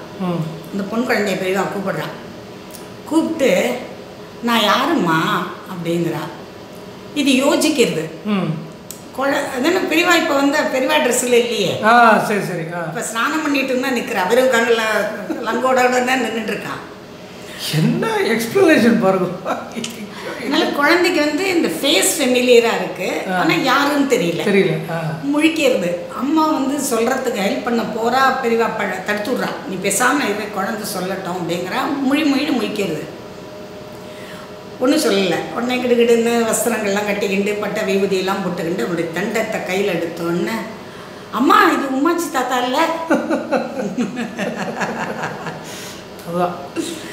ஏன்பா எனக்கே வேஷம் வேண்டியிருக்குப்பா. வேஷம் எதுக்குன்னு கேட்டியே நீ பக்தன்கிறது நீ சொல்லி காமிச்சுக்கிறதுக்கு உனக்கு வேஷம் வேணும். அப்போ தான் உங்காட்டில் வந்து ஒன்றை எல்லாரும் ஃபாலோ பண்ணுவான் அப்படின்னு சொன்னாலாம். இது வந்து எல்லா காலத்துக்கும் பொருந்தும். இந்த செஞ்சுரி அந்த செஞ்சுரின்னுலாம் இல்லை, உலகம் இருக்கிற வரைக்கும் பொருந்தும். அதே மாதிரி எங்கள் ரிலேஷன் மகாலிங்கம் ஒன்று இருந்தார். அவர் வந்து என்ன பண்ணுறார், பெரியவாளை வந்து அவர் அப்போ தான் அந்த இம்மீடியட்டாக பார்க்குற ஃபெசிலிட்டிஸோட கேமரா வந்திருக்கு. சரி சரி. இந்த சைடில் ஸ்க்ரீன் வரும். ஆமாம், இந்த கேமரா வந்திருக்கு. அவர் வந்து ரயில்வேஸில் ஜென்ரல் மேனேஜராக இருந்தார். ஃபோட்டோகிராஃபியில் ரொம்ப இன்ட்ரெஸ்ட் உண்டு. ஓகே. அவளும் அவள் அப்பா பரம்பரையெல்லாம் பெரியவா பக்தா. ஸோ இவள் வந்து பெரியவா வந்து சந்தியாலாம் அனுஷ்டானம் பண்ணின்னு இருக்கா. இந்த கேமரா கொண்டு போன அந்த இதில் ஜோரில் பெரியவாள்கிட்ட சொல்லாமல் பெரியவாளை ஃபோட்டோ எடுத்துட்டேன். சரி. பெரியவாளை ஃபோட்டோ எடுத்தோன்னா அந்த அவுட்லைன் வந்திருக்கு. ஒருத்தர் உட்காந்துருக்கார், ஆனால் அது யாருன்னு தெரியல. உருவம் மட்டும் தெரியுது, யாருன்னு தெரியல. ஸோ அப்போ தான் அவருக்கு புரிஞ்சிருக்கு, ஐயோ நம்ம பெரியவாளை கேட்காம ஃபோட்டோ எடுத்துட்டோமே, நம்ம தப்பு பண்ணிட்டோமே அப்படின்னுட்டு. சரின்னு பெரியவா நிஷ்டையெல்லாம் முடிச்சுட்டு வர வரைக்கும் வெயிட் பண்ணிவிட்டு அப்புறம் பெரியவாள்கிட்ட நான் தப்பு பண்ணிட்டேன், என்னை மன்னிச்சிடும் அப்படின்னு கேட்டிருக்கேன். பெரியவா சொல்லிருக்கா, அதனால என்னடா மகாலிங்கம், நீ ஒன்று சொல்லட்டுமா, நீ என்ன ஃபோட்டோ எடுப்ப. அப்புறம் அப்போ வந்து இல்லை எனக்கு உங்களை ஃபோட்டோ எடுத்துக்கணும், இந்த மாதிரி நான் புது கேமரா மார்க்கெட்டில் வந்திருக்கு, நான் கொண்டு வந்திருக்கேன், உங்களை தான் ஃபஸ்ட்டு இதில் ஃபோட்டோ எடுக்கணும் அப்படின்னு சொன்னோன்னே பெரியவா சொன்னாலாம், டே என்னை ஃபோட்டோ எடுப்பேன், அதுக்கப்புறம் அது ஒரு 4 காப்பி பிரிண்ட் போடுவேன், அது ஒரு 4 பேருக்கு கொடுப்பேன், அதுக்கப்புறம் அவளுக்கு வேறு ஏதாவது சாமி போட்டோவோ வேறு மகான்கள் போட்டோவோ கொடுப்பா. அப்புறம் இது வேண்டான்னு தோணும், இது வந்து சாமி ரூம்லேருந்து ஹாலுக்கு போகும், ஹால்லேருந்து வாசலுக்கு போகும், வாசல்லேருந்து குப்பை தொட்டிக்கு போயிடும், குப்பை தொட்டிலேருந்து மாடை எடுத்து வெளியில் போட்டுடும், அப்புறம் போகிறவா வரவா அது மேலே நடந்து போவா. ஏண்டா இதெல்லாம் எனக்கு வேணுமாடா, வேண்டாமேடா ஃபோட்டோ அப்படின்னு சொன்னாலாம். இல்லை எனக்கு ஃபோட்டோ வேணும் அப்படின்னு இவர் சொன்னாராம். உடனே பெரியவா சொன்னாலாம், சரி எடுத்துக்கோ, ஆனால் பிரிண்ட் எல்லாம் போட்டு யாருக்கும் கொடுக்காத, உனக்கு மாத்திரம் பிரிண்ட் போட்டுக்கோ, வெளியிலெல்லாம் அனாவசியமாக கொடுக்காத அப்படின்னு சொன்னாலாம். வந்து ரொம்ப யோசிக்க வேண்டிய விஷயம். ஏன்னா இப்போ வந்து நம்ம எல்லா இடத்துலையும் சாமி ஃபோட்டோவை போட்டுருவோம், விபூதி கவரில் போட்டு விடுறோம், போகிறவா வரவாளுக்கெல்லாம் பிட் நோட்டீஸ் கொடுக்குற மாதிரி கொடுக்குறோம். இது வந்து ரொம்ப இம்பார்ட்டண்ட் இன்ஃபர்மேஷன். கரெக்ட். ஸோ நம்ம வந்து இதை கேட்குறவா கொஞ்சம் யோசிக்கணும். ஆமாம், சொல்கிற மாதிரி நம்ம அதை எங்கே இப்போ விபூதி கவர்லாம் வருது, சுவாமி ஃபோட்டோலாம் மட்டும் இந்த கவரை என்ன பண்ணணும்னு தெரியல, தவிக்கணும் நம்ம. ஆமாம், அதுக்கு மேலே வெறும் பிளெயின் ஒயிட்டாக இருந்துட்டுன்னா நம்ம பட்டில் தூக்கி போட்டு போயிட்டே இருப்போம். ஆமாம் ஆமாம், இதை கொஞ்சம் எல்லோரும் யோசிக்க வேண்டிய விஷயம். ஆமாம். அந்த ராமேஸ்வரத்தை பற்றி சொல்லுவோம். ராமேஸ்வரத்தில் 1964 டிசம்பர் 26 சுனாமி வருது. ஆமாம். நவம்பரில் பெரியவா என்ன பண்ணுறா, அப்போ ஐங்காரை கூப்பிடுறா. ஐங்காரை கூப்பிடுறதோட இல்லை, அப்போ இந்த நிறைய லேண்டெல்லாம் இருக்கிறவா, இந்த மளிகை கடை வச்சுருக்கிறவா, அவள்லாம் தரிசனத்துக்கு வரவா. அவள்கிட்டலாம் எனக்கு ஒரு மூட்டை அரிசி அனுப்பு. ஆமாம் ஆமாம். இந்த மாதிரி அரிசி எல்லாம் கலெக்ட் பண்ணுறது, பருப்பெல்லாம் கலெக்ட் பண்ணுறது, எண்ணெய்காரம் வந்தால் எண்ணெய் இப்படி கலெக்ட் பண்ணிட்டு இருக்கா. இவளுக்குன்னா ஒன்றும் புரியல, என்னத்துக்கு பெரியவா வந்து இந்த மாதிரி மடத்துக்குன்னு இல்லை, பட் இப்படி எந்தக்கு கலெக்ட் பண்ணிட்டு இருக்கா அப்படின்னு யோசிக்கிறான். இப்போ ஐம் கரெக்ட், காமராஜ் கவர்மெண்ட் இது. ஸோ வந்து அப்போ சி சுப்பிரமணியமோ வெங்கட்ராமனோ மினிஸ்டர், ரயில்வே நம்ம லோக்கல் ரயில்வே மினிஸ்டராக இருக்கார், தமிழ்நாடு ரயில்வே மினிஸ்டரா. ஓகே. அவளை கூப்பிட்டு அனுப்புகிறா பெரியவா. அவர் வந்த உடனே பெரியவா சொல்கிறா, எனக்கு வந்து இதெல்லாம் ராமேஸ்வரம் போகணும், ஓ எனக்கு ஒரு போகி வேணும், காஞ்சிபுரத்துலேருந்து ஒரு போகி சென்னைக்கு போய் சென்னையிலேருந்து அது ராமேஸ்வரம் போகணும், ஏற்பாடு பண்ணி தரியா அப்படின்னு கேட்குறான். சரி அப்படிங்கிறாரு. சரின்னு சொன்னோடனே அது மாதிரியே கண்டினியூ ஆகிட்டான். அதே மாதிரி அது வந்தது, அதில் எல்லாத்தையும் ஏற்றியாச்சு, நெருப்பொட்டி வரைக்கும் எல்லாத்தையும் ஏற்றியாச்சு. ஏற்றி அந்த வேன் வந்து போயாச்சு. அதை ரிசீவ் பண்ணுமே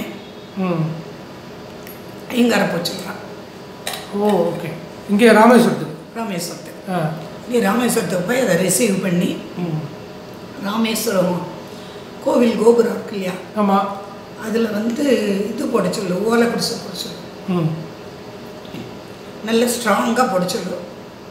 நிறைய இந்த கல்லெல்லாம் இருக்குல்ல, இந்த கல்லில் அடுப்பு கட்டுவா தெரியுமா? ஆமாம் ஆமாம் ஆமாம், முக்கட்டி கல், அந்த மாதிரி கல்லெல்லாம் கொண்டு போய் அங்கே சேரு, அண்டா குண்டாலாம் அங்கே கொண்டு போய் சேரு, அங்கே நிறைய தண்ணியை பிடிச்சி வைக்க சொல்லு, நீ கிளம்பி வந்துடும் அப்படிங்கிறா. உப்பு வரைக்கும் சரின்னு எல்லாத்தையும் கொண்டு சேர்த்தாச்சு. கல்லெல்லாம் இந்த கொண்டு போய் மேலே வச்சாச்சு, பெரிய பெரிய அண்டா குண்டாலாம் கொண்டு போய் வச்சாச்சு, தண்ணி எல்லாம் பிடிச்சி வச்சாச்சு. எல்லாம் எடுத்து சுனாமி வந்துடுத்து, கட்டாயிடுத்து ராமேஸ்வரம் மண்டபமும். ஆமாம், தனுஷ்கோடி இதுவும் கம்ப்ளீட்டாக கட்டாயிடுது. தனுஷ்கோடி போயே போயிடுது, ராமேஸ்வரமும் மண்டபமும் கட்டாயிடுது. 3 நாள் அதை வச்சுன்னு தான் எல்லாம் சாப்பிட்ருக்கா. என்ன ஞான திருஷ்டி பாருங்க. அப்போ வந்து எங்கர் மாமா கேட்டாலாம், இதை நீங்கள் வந்து சொல்லியிருக்கலாமே, அனௌன்ஸ் பண்ணியிருக்கலாமே, ஏன் சொல்லு, அதை எப்படிடா சொல்ல முடியும், அதில் அம்பாளோட விளையாட்டு, அது நான் எப்படி சொல்ல முடியும், அதுலேருந்து அவளை காப்பாற்ற தான் முடியும் நம்மளால், அதெல்லாம் சொல்ல முடியாது அப்படின்னு சொன்னாலாம். அதே மாதிரி எங்கள் ஃபேமிலி ஃப்ரெண்டு ஸ்ரீதர்னு, அவர் வந்து ஐயங்கார், அவருக்கு மெட்ராஸில் தான் வேலை பண்ணார். ஆனால் பெரியவா பற்றி ஒன்றும் தெரியாது.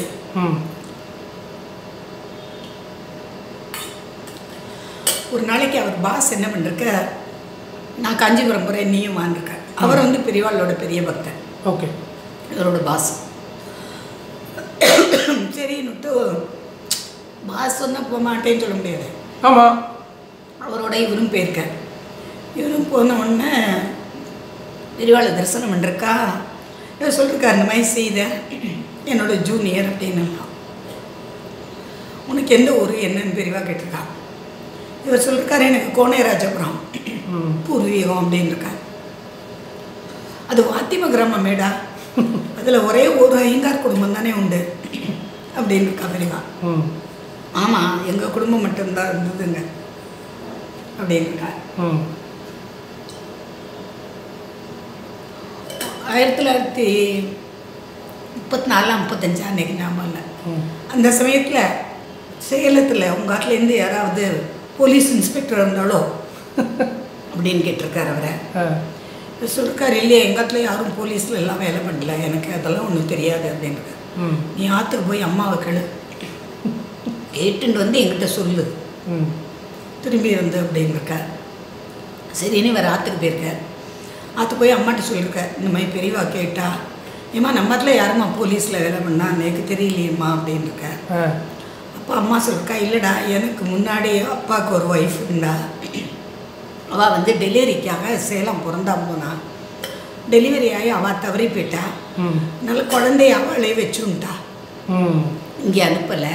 அப்புறம் தான் அப்பா என்ன கல்யாணம் பண்ணிண்டா, இவளை அந்த குழந்தை படிச்சுடுச்சு, அவன் இன்ஸ்பெக்டராக இருக்கான்னு சொல்லி நான் கேள்விப்பட்டிருக்கேன், ஒருவேளை அவனாக இருக்கலாம் அப்படின்னு சொல்லியிருக்கா அம்மா.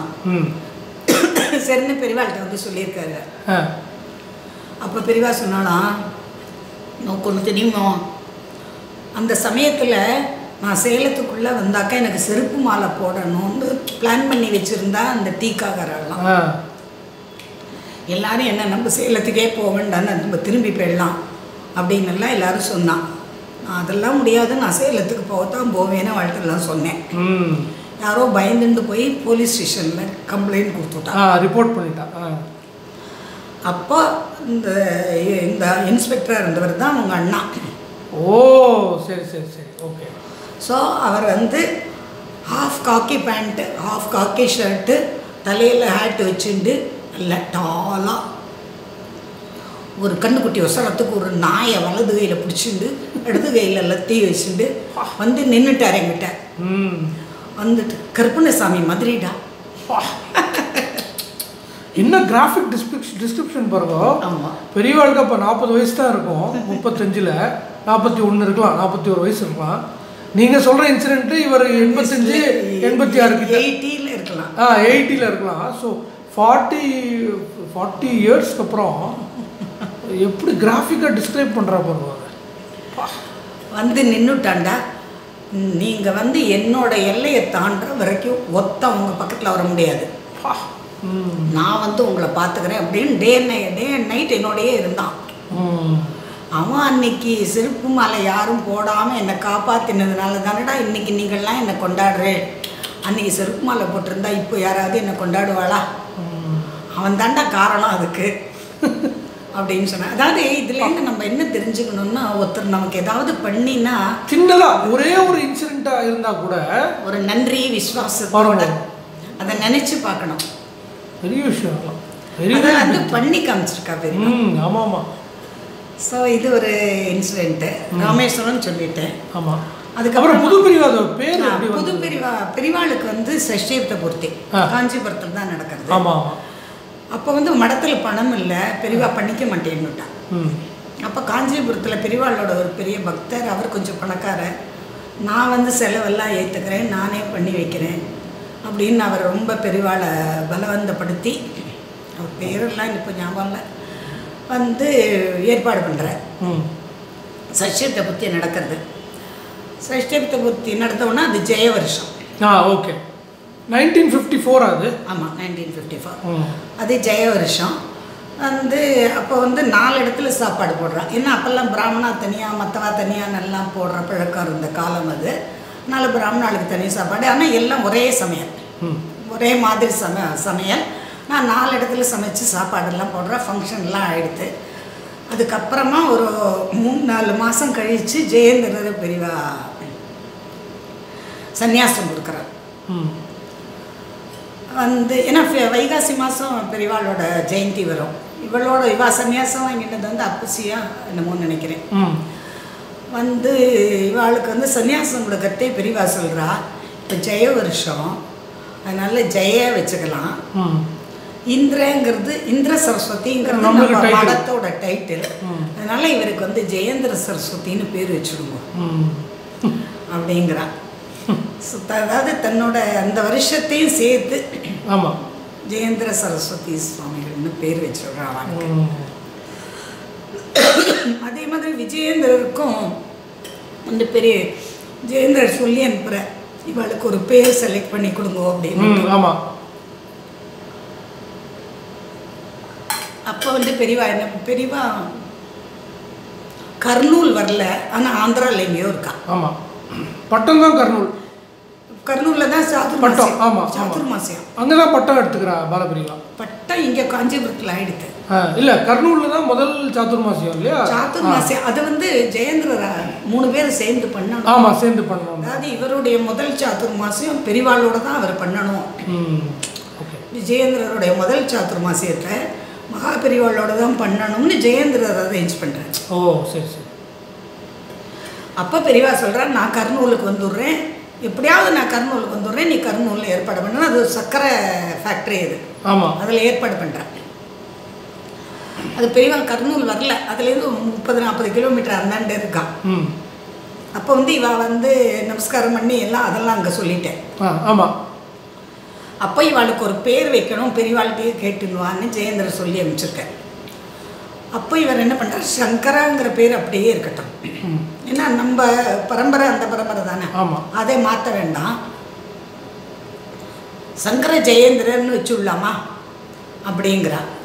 அதுக்கப்புறம் ஒரு நிமிஷம் யோசிச்சுட்டு அடுத்தடுத்து ஜெயேந்திரன்னாக்க கொஞ்சம் கன்ஃபியூஷன் வந்துடும், அதனால கையை இப்படி காமிச்சு வியை முன்னாடி சேர்த்துக்கோ,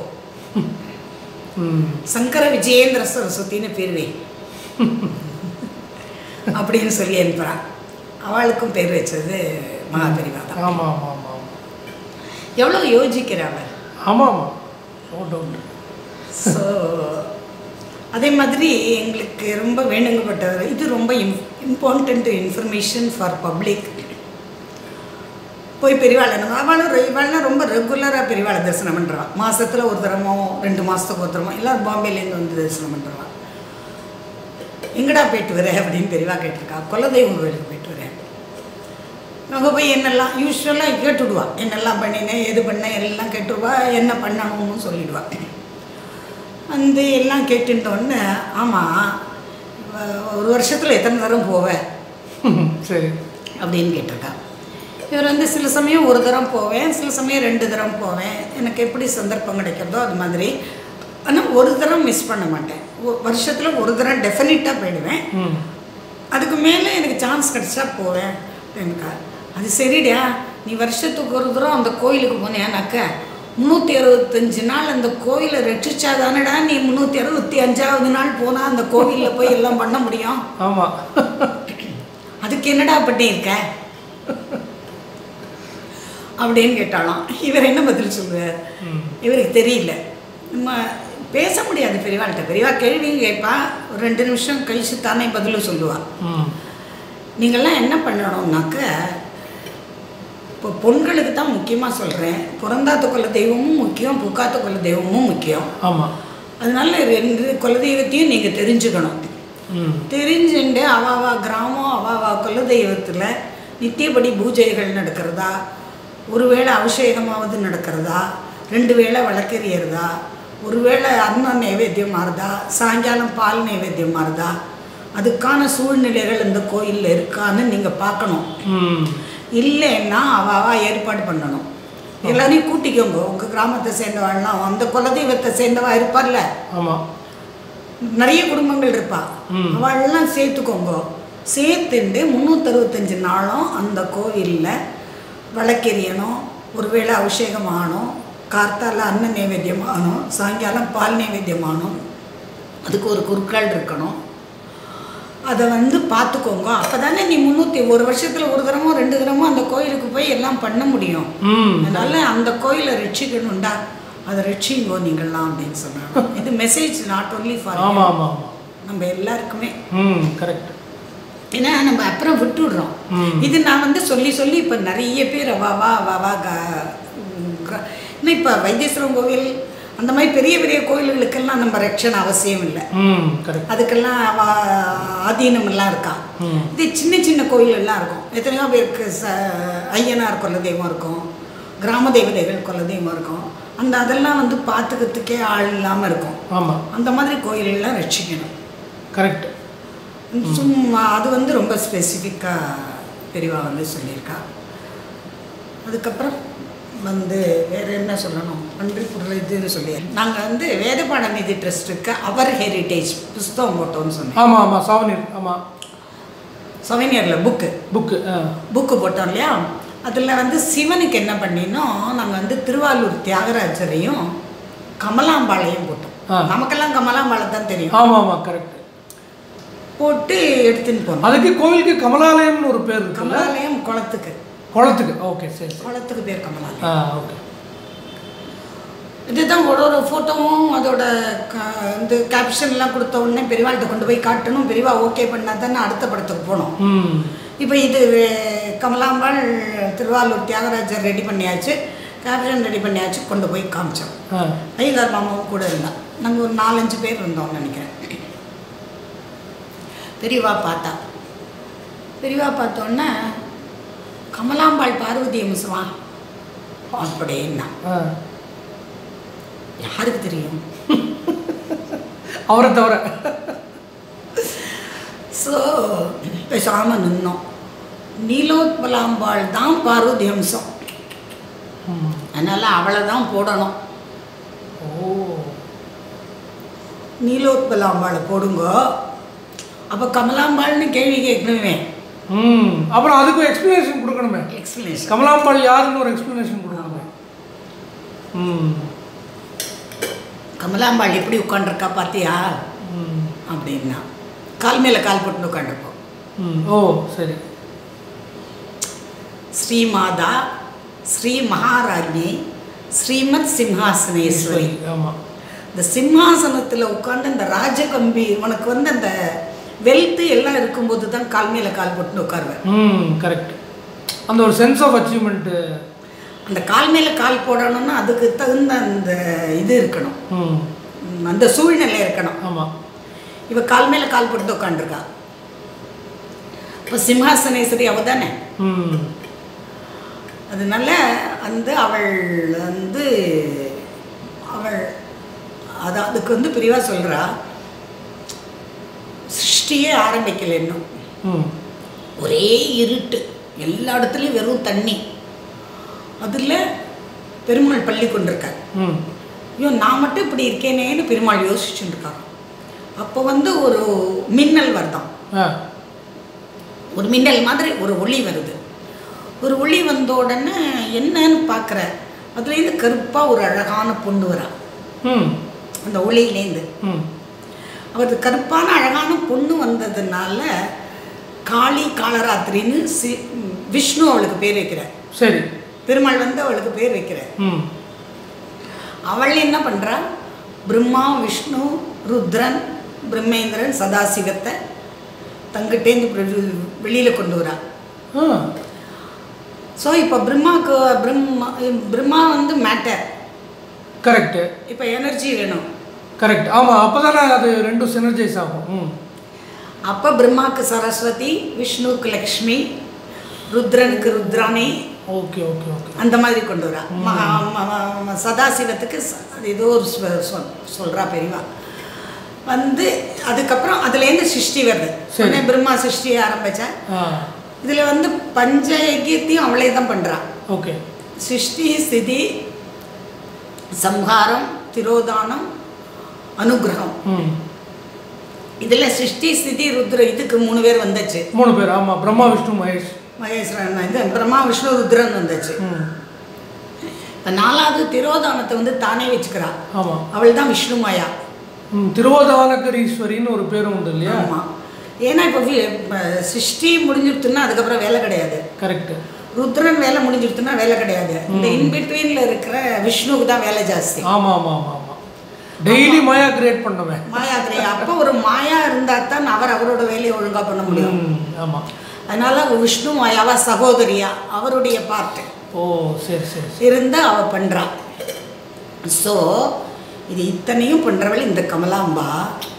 அவள் உட்கார்ந்துருக்கிறதே வந்து பிந்து ஸ்தானம். ஆனால் நமக்கு அது வெளியில் தெரியல. அவள் வந்து இந்த இந்த சிற்பத்தை செதுக்குறானே, யாராவது செதுக்கியிருப்பான் இல்லையா? ஆமாம். அவனுக்கு நீ இப்படி இப்படி இப்படி இப்படி இப்படி இப்படி செதுக்குன்னு சொல்லி சொல்லி சொல்லி சொல்லி தன்னை ரூபம் பண்ண சொன்னா. அப்போ அந்த கோயில் கட்டினப்போ, கோயில் கட்டி அந்த கமலாம்பாள் பிரதிஷ்டையான போது அங்கே ஒரு விக்கிரகம் வரணும்ல. ஆமாம். அந்த விக்கிரகத்தை ஒரு சிற்பி செதுக்கணும்ல. அந்த செதுக்கின சிற்பிக்கு என் காது இவ்வளோ இருக்கணும், என் மூக்கு இவ்வளோ இருக்கணும், இப்படி இருக்கணும், அப்படி இருக்கணும், இன்ன நகை போடணும், அந்த இன்ச் பை இன்ச் அவருக்கு டெஃபினிஷன்ஸ் எல்லாம் கொடுத்து அவரை செதுக்க சொல்லி அவள் வந்து அங்கே பிரதிஷ்டை ஆயிருக்கா. அதனால அவள் தான் ஸ்ரீலலிதாம்பா அப்படின்னு எங்களுக்கு ஒரு எக்ஸ்பிளனேஷன் கொடுத்தா. ஸோ இது வந்து ரொம்ப அபூர்வமான ஒரு எக்ஸ்பிளனேஷன்.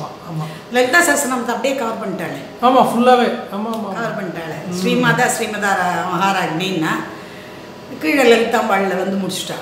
அதில் பஞ்ச ஐக்கியத்தையும் சொல்லிட்டா. ஃபுல் கிரியேஷனே சொல்லிட்டாளே. அதாவது ஒன்னொன்று எவ்வளவு தூரம் ஒரு ஆழ்ந்து சிந்திச்சு அந்த ஒரு கரெக்ட் இன்ஃபர்மேஷனை கொடுத்து அத்தன்டிக்காகவும் இருக்கணும் இல்லையா?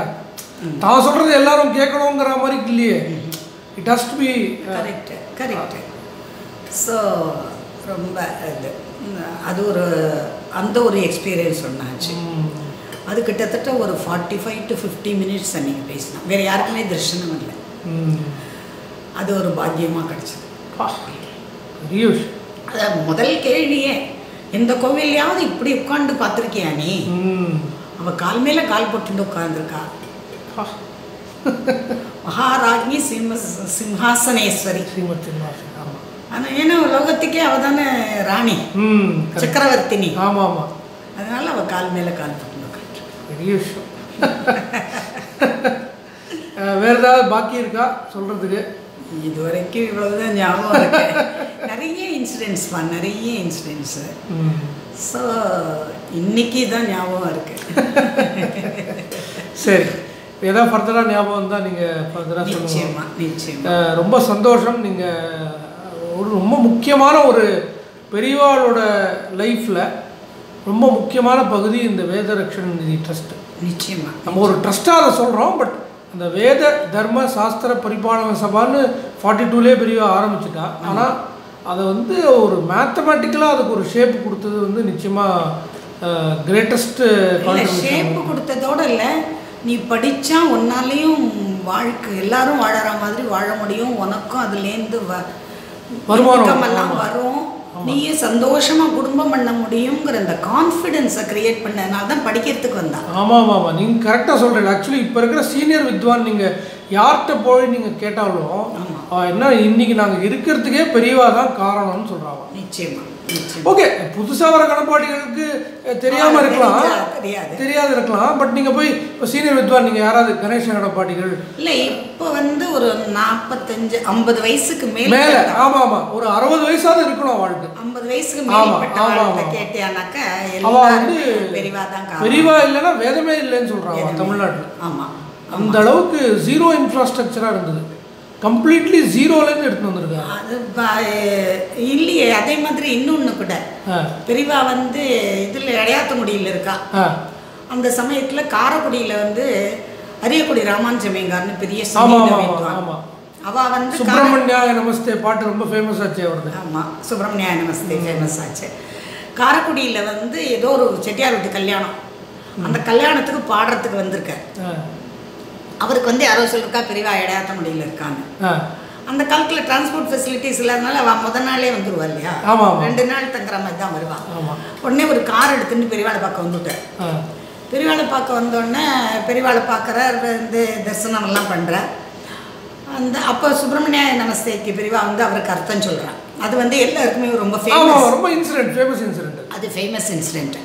அதுக்கப்புறம் பெரியவா என்ன சொல்கிறா, நீ ஐயங்காரோன்னா இப்போ திருப்பாவை பாடுறதெல்லாம் ரொம்ப குறைஞ்சி போயிடுது, நீ அதுக்கு மெட்டு போட்டு ஒரு HMV ரெக்கார்டு கொடுத்துறேன் சரி அப்படிங்கிறான். அது மெட்டு போட்டு HMV ரெக்கார்டு கொடுக்குறேன்.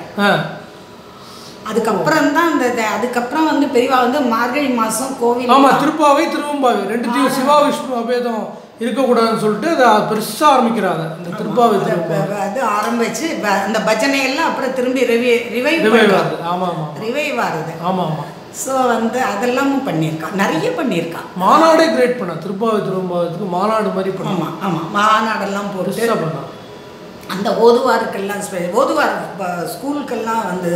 ஆமாம், இதுக்கு நிறைய பேர் செட்டியாரெல்லாம் நீ வந்து இதுக்கெல்லாம் பணம் கொடு, இவெல்லாம் படித்து வரணும், ஓதுவாரெல்லாம் வரணும், அந்த குடும்பங்கள்லாம் ரட்சி.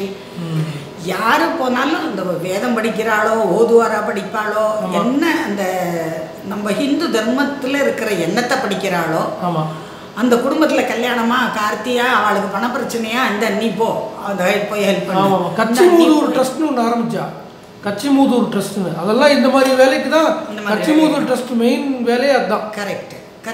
அதனால ஒரு உதாரணம்னு இல்லை, ஏகப்பட்ட உதாரணம் பண்ணிட்டு. அதான் புனர் உத்தாரணம், அதான் பெரியவா பண்றாங்க.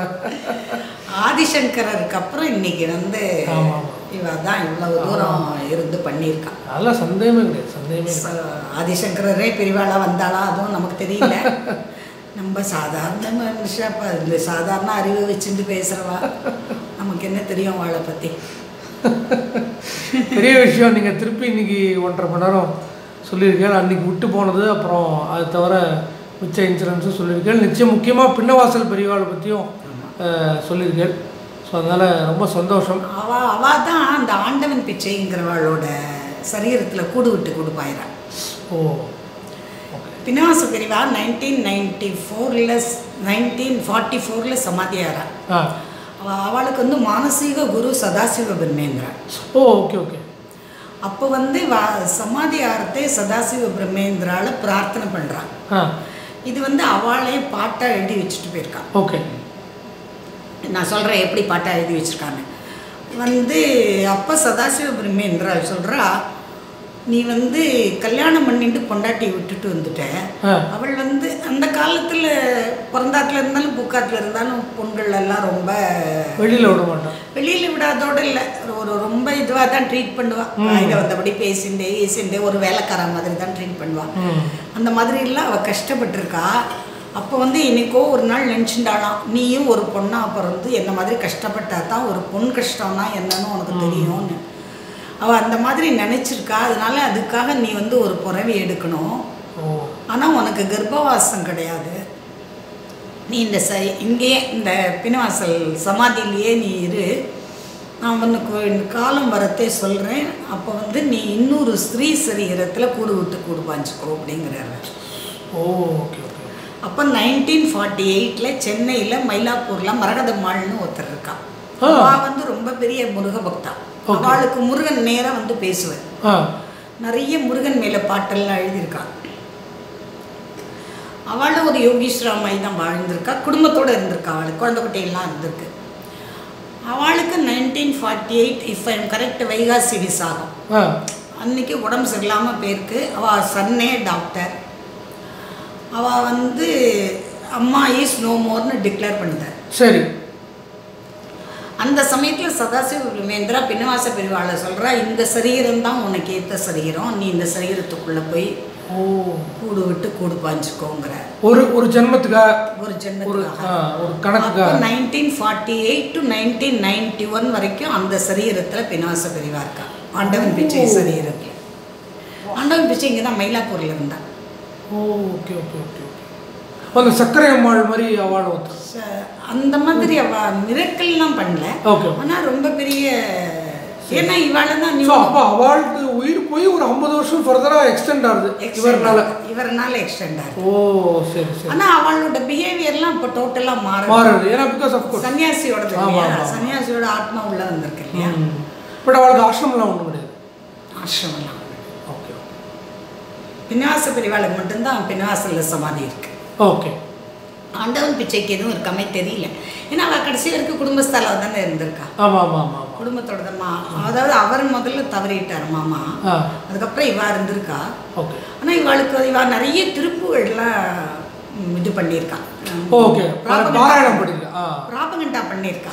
சனிக்கிழமை திருப்புகழ் பஜனை எல்லாம் வச்சு திருப்புகழ்லாம் இன்னைக்கு வெளியில் வந்ததுன்னா அதுக்கெல்லாம் அடுத்த ஜென்மமும் முருகன் தான். இவரே வந்தா கூட முருகனை தான் கண்டினியூ பண்ணிருக்காங்க. அவ முருகனா தான் கண்டினியூ பண்ணிருக்காங்க. அந்த அது வந்து அவள்லாம் எப்படி வருவான்லாம் சொல்ல முடியாது. இப்படி ஆமாம். பின்னாச பெரியவா வந்து பெரிய யோகிவா. இப்போவும் நிறைய பேர் வந்து அங்கே போயிட்டு குழந்தை இல்லாத வாழ்க்கை குழந்தை பாக்கியம் கிடைக்கிறதுன்னு நிறைய பேர் சொல்கிறாங்க. அங்கே போய் தரிசனம் பண்ணிட்டு வந்து பிரார்த்தனை பண்ணிட்டு வந்தால் குழந்தை பிறக்கிறதுன்னு பெரிய விஷயம். எனக்கு எங்கள் அம்மாவுக்கு என்ன பிறக்க வச்சுருக்காரு. பேர் சொல்லி உங்களோட அந்த நாள் சொல்லி டைமெல்லாம் கூட சொல்லிட்டாரு. பெரிய விஷயம். ஸோ அதனால இப்போ கூட அந்த ராஜேஸ்வரின்னு ஒரு மாமி, அவள் பொண்ணு கல்யாணம் ஆகி 6 வருஷம் குழந்தை இல்லைன்னா நான் போயிட்டு என்னோட ஒரு வேறு இதில் வந்து என்னோட இன்டர்வியூ பார்த்துட்டு அவள் பின்னவாச பிரிவாவை பார்க்க போயிருக்கான். Okay okay. இப்போ ஆமாம், உங்களுக்கு பின்னவாசல் பிரிவாவை பற்றி ஒரு டீட்டெயில்டாக இன்டர்வியூ இதில் இருக்குது. Chennai art channel. ஓகே. அதில் வந்திருக்கு. ஓகே. ஸோ ஏன்னா அவள் வந்து அந்த சென்னை ஆர்ட் சேனல் யானங்கிறவர் பண்ணியிருக்க. அவர் வந்து ஆண்டவன் பிச்சையை பற்றி பேசியிருக்கார். அதுவும் ஒரு மிராக்கிள் தான் நடந்தது. சரி சரி சரி சரி. வந்து அவர் வந்து 5 எபிசோடோ என்னமோ பண்ணியிருந்தார். 5th எபிசோடு பண்ணுற அன்னைக்கு வந்து அவர் அந்த யாரோ ஒரு மகன் கூட விட்டு கொடுப்பாஞ்சிருக்கார். அந்த ஹிஸ்ட்ரி பூரா சொல்லிட்டேன். ஆனால் அது யார் எனக்கு வந்து இந்த 5th எபிசோடு வந்து நான் பார்க்குறேன். பார்த்த உடனே என் மனசு கடந்து அடிச்சுக்கிறது. சரி, இவரை பற்றி சொல்லணும், நம்ம பின்னாச பெரிவாளை பற்றி சொல்லணும், நம்ம பின்னாச பெரிவா தான் அந்த ஆண்டவன் பிச்சையாக இருந்தாங்கிறது சொல்லணும்னு என் மனசு கடந்து அடிச்சுக்கிறது. உனக்கு ஃபோன் பண்ண மாதிரி தான் ஃபோன் பண்ணுறேன். சரி சரி. இதே இன்சிடென்ட் தான். சாயங்காலம் 6 மணிக்கு திடீர்னு வந்து நிற்கிறேன், இன்னைக்கு உன்னோட இன்டர்வியூமா அப்படின்னு. சரி. அதுவும் அதே மாதிரி ஒரு இதுவாக நடந்தது தான், ஆச்சரியமாக நடந்தது தான். சூப்பர், பெரிய விஷயம், ரொம்ப சந்தோஷம். இதுக்கு மேலே ஏதாவது இருந்தால் நீங்கள் அப்புறம் சொல்லுங்க எனக்கு. நிச்சயம். முக்கியமாக சொல்லணும்னு நினச்சது இந்த பாதுகாவணும். ஆமாம், ராமராமா ஜாம்ஷெட்பூர் ஒன்று. அதாவது அவள் உட்கார்ந்த இடத்துலேருந்தே எவ்வளோ அழகாக அது. ஆமாம், அதுதான் அந்த நம்பிக்கை தான்ப்பா. நிச்சயமா நீ தான் எனக்கு எல்லாம் அப்படின்னு நம்ம பரிபூர்ணமாக நம்பிட்டோம். இந்த 1.5 வயசு 2 வயசு குழந்தைய அம்மா பார்த்து போவாரு. ஆமாம், அதே மாதிரி தான். அதே மாதிரி பெரியவா பார்த்துப்பா. ஏன்னா அது இங்கே அங்கே ஓடும். ஆமாம், இந்த ரொம்ப படுத்துட்டு இருக்கிற குழந்தை மாதிரி இருக்காது. இந்த 2 வயசு குழந்தை அங்கே ஓடும், தாத்தாவோட வெளியில் போகும், பாட்டியோட வெளியில் போகும். ஆனால் அதுக்கு அம்மாவுக்கு வந்து அது ஞாபகமாகவே இருக்கும். ஐயோ குழந்தைக்கு பசிக்குமே, குழந்தை தூங்கணுமே, குழந்தைக்கு ஆகி போச்சா, குழந்தை மூத்திரம் வச்சா, குழந்தைக்கு டைப்பர் மாற்ற, இது ஜட்டி மாற்றணுமே, அம்மா வந்து அது தியானமாகவே இருப்பாள். இதுக்கு வந்து பசிச்சுது, பயந்துது, ஏதாவது தூக்கம் வந்ததுன்னா அம்மாட்ட ஓடி வரும். இதுக்கு ஒன்றுமே தெரியாதானா? ஸோ அது மாதிரி நம்ம எல்லாம் பெரியவாளை அம்மாவாக நம்ம வச்சுட்டுட்டோம்னாக்க அந்த அம்மா எப்படி இந்த குழந்தைய பார்த்துக்கிறாளோ அது மாதிரி பெரியவா பார்த்துப்பா. நீலோத்பலாம்பாள். அது என்னுடைய அனுபவம். என்னோட இன்றைக்குமே நான் நினச்சி அப்புறம் ஒரு அப்ளிகேஷன் போட்டுருவேன், பெரியவாளே இது நடக்கணும் எனக்கு, ஆனால் நான் கேட்குறது நியாயமா இல்லையான்னு எனக்கே தெரியல, நியாயமாக இருந்தால் நடத்தி கொடு அப்படின்பேன். நம்ம ஆசைக்கு அளவு இல்லைப்பா. அதில் நியாய அநியாயத்தை பார்த்து ஆசைப்பட போகிறோம். ஆசையே நியாயம் இல்லை. அதனால் ஒன்று நான் சிரமமெல்லாம் படுத்த மாட்டேன், நியாயம் இல்லைன்னா நீ விட்டுடுவோம் அப்படின்பேன். நான் உங்க கூட பேசுகிற மாதிரி தான் பெரியவா படத்தோட பேசுவேன். படம் கூட எனக்கு வேணுங்கிறது இல்லை, அதான் சொல்லிட்டாளே. ஆமாம் ஆமாம், ஆத்மா. ஸோ எத்தனை நாள் வஸ்துலேயே பார்க்க போகிறேன், அதுக்கும் மேலே அதுக்கும் மேலே அதுக்கும் மேலே பாருன்ட்டாளே. இப்போ அண்ட சராச்சரம் பூரா பெரியவா நிரம்பி இருக்கா. ஆமாம் ஆமாம் ஆமாம். அதனால் வந்து சமாதி ஆயிட்டு சரீரத்தை நம்ம பார்க்கல, அவ்வளோதான். ஆனால் ஆத்மாவாக நின்று எல்லா இடத்துலையும் எப்படி கிருஷ்ணர் வந்து எல்லாருக்கும் கோபிகளுக்கு அத்தனை கிருஷ்ணராக வந்தாரோ இந்த மாதிரி நம்மளுக்கு அத்தனை பெரியவாளாக நம்மக்கிட்ட எல்லாருக்கிட்டையும் வராரவா. அவரும் ஜெகத்குரு, இவரும் ஜெகத்குரு. கரெக்ட். சூப்பர், ரொம்ப சந்தோஷம். பெரியவா சரணம். நிச்சயமாக கண்ணா, தேங்க்யூ. ரொம்ப சந்தோஷம். பெரியவா சரணம்.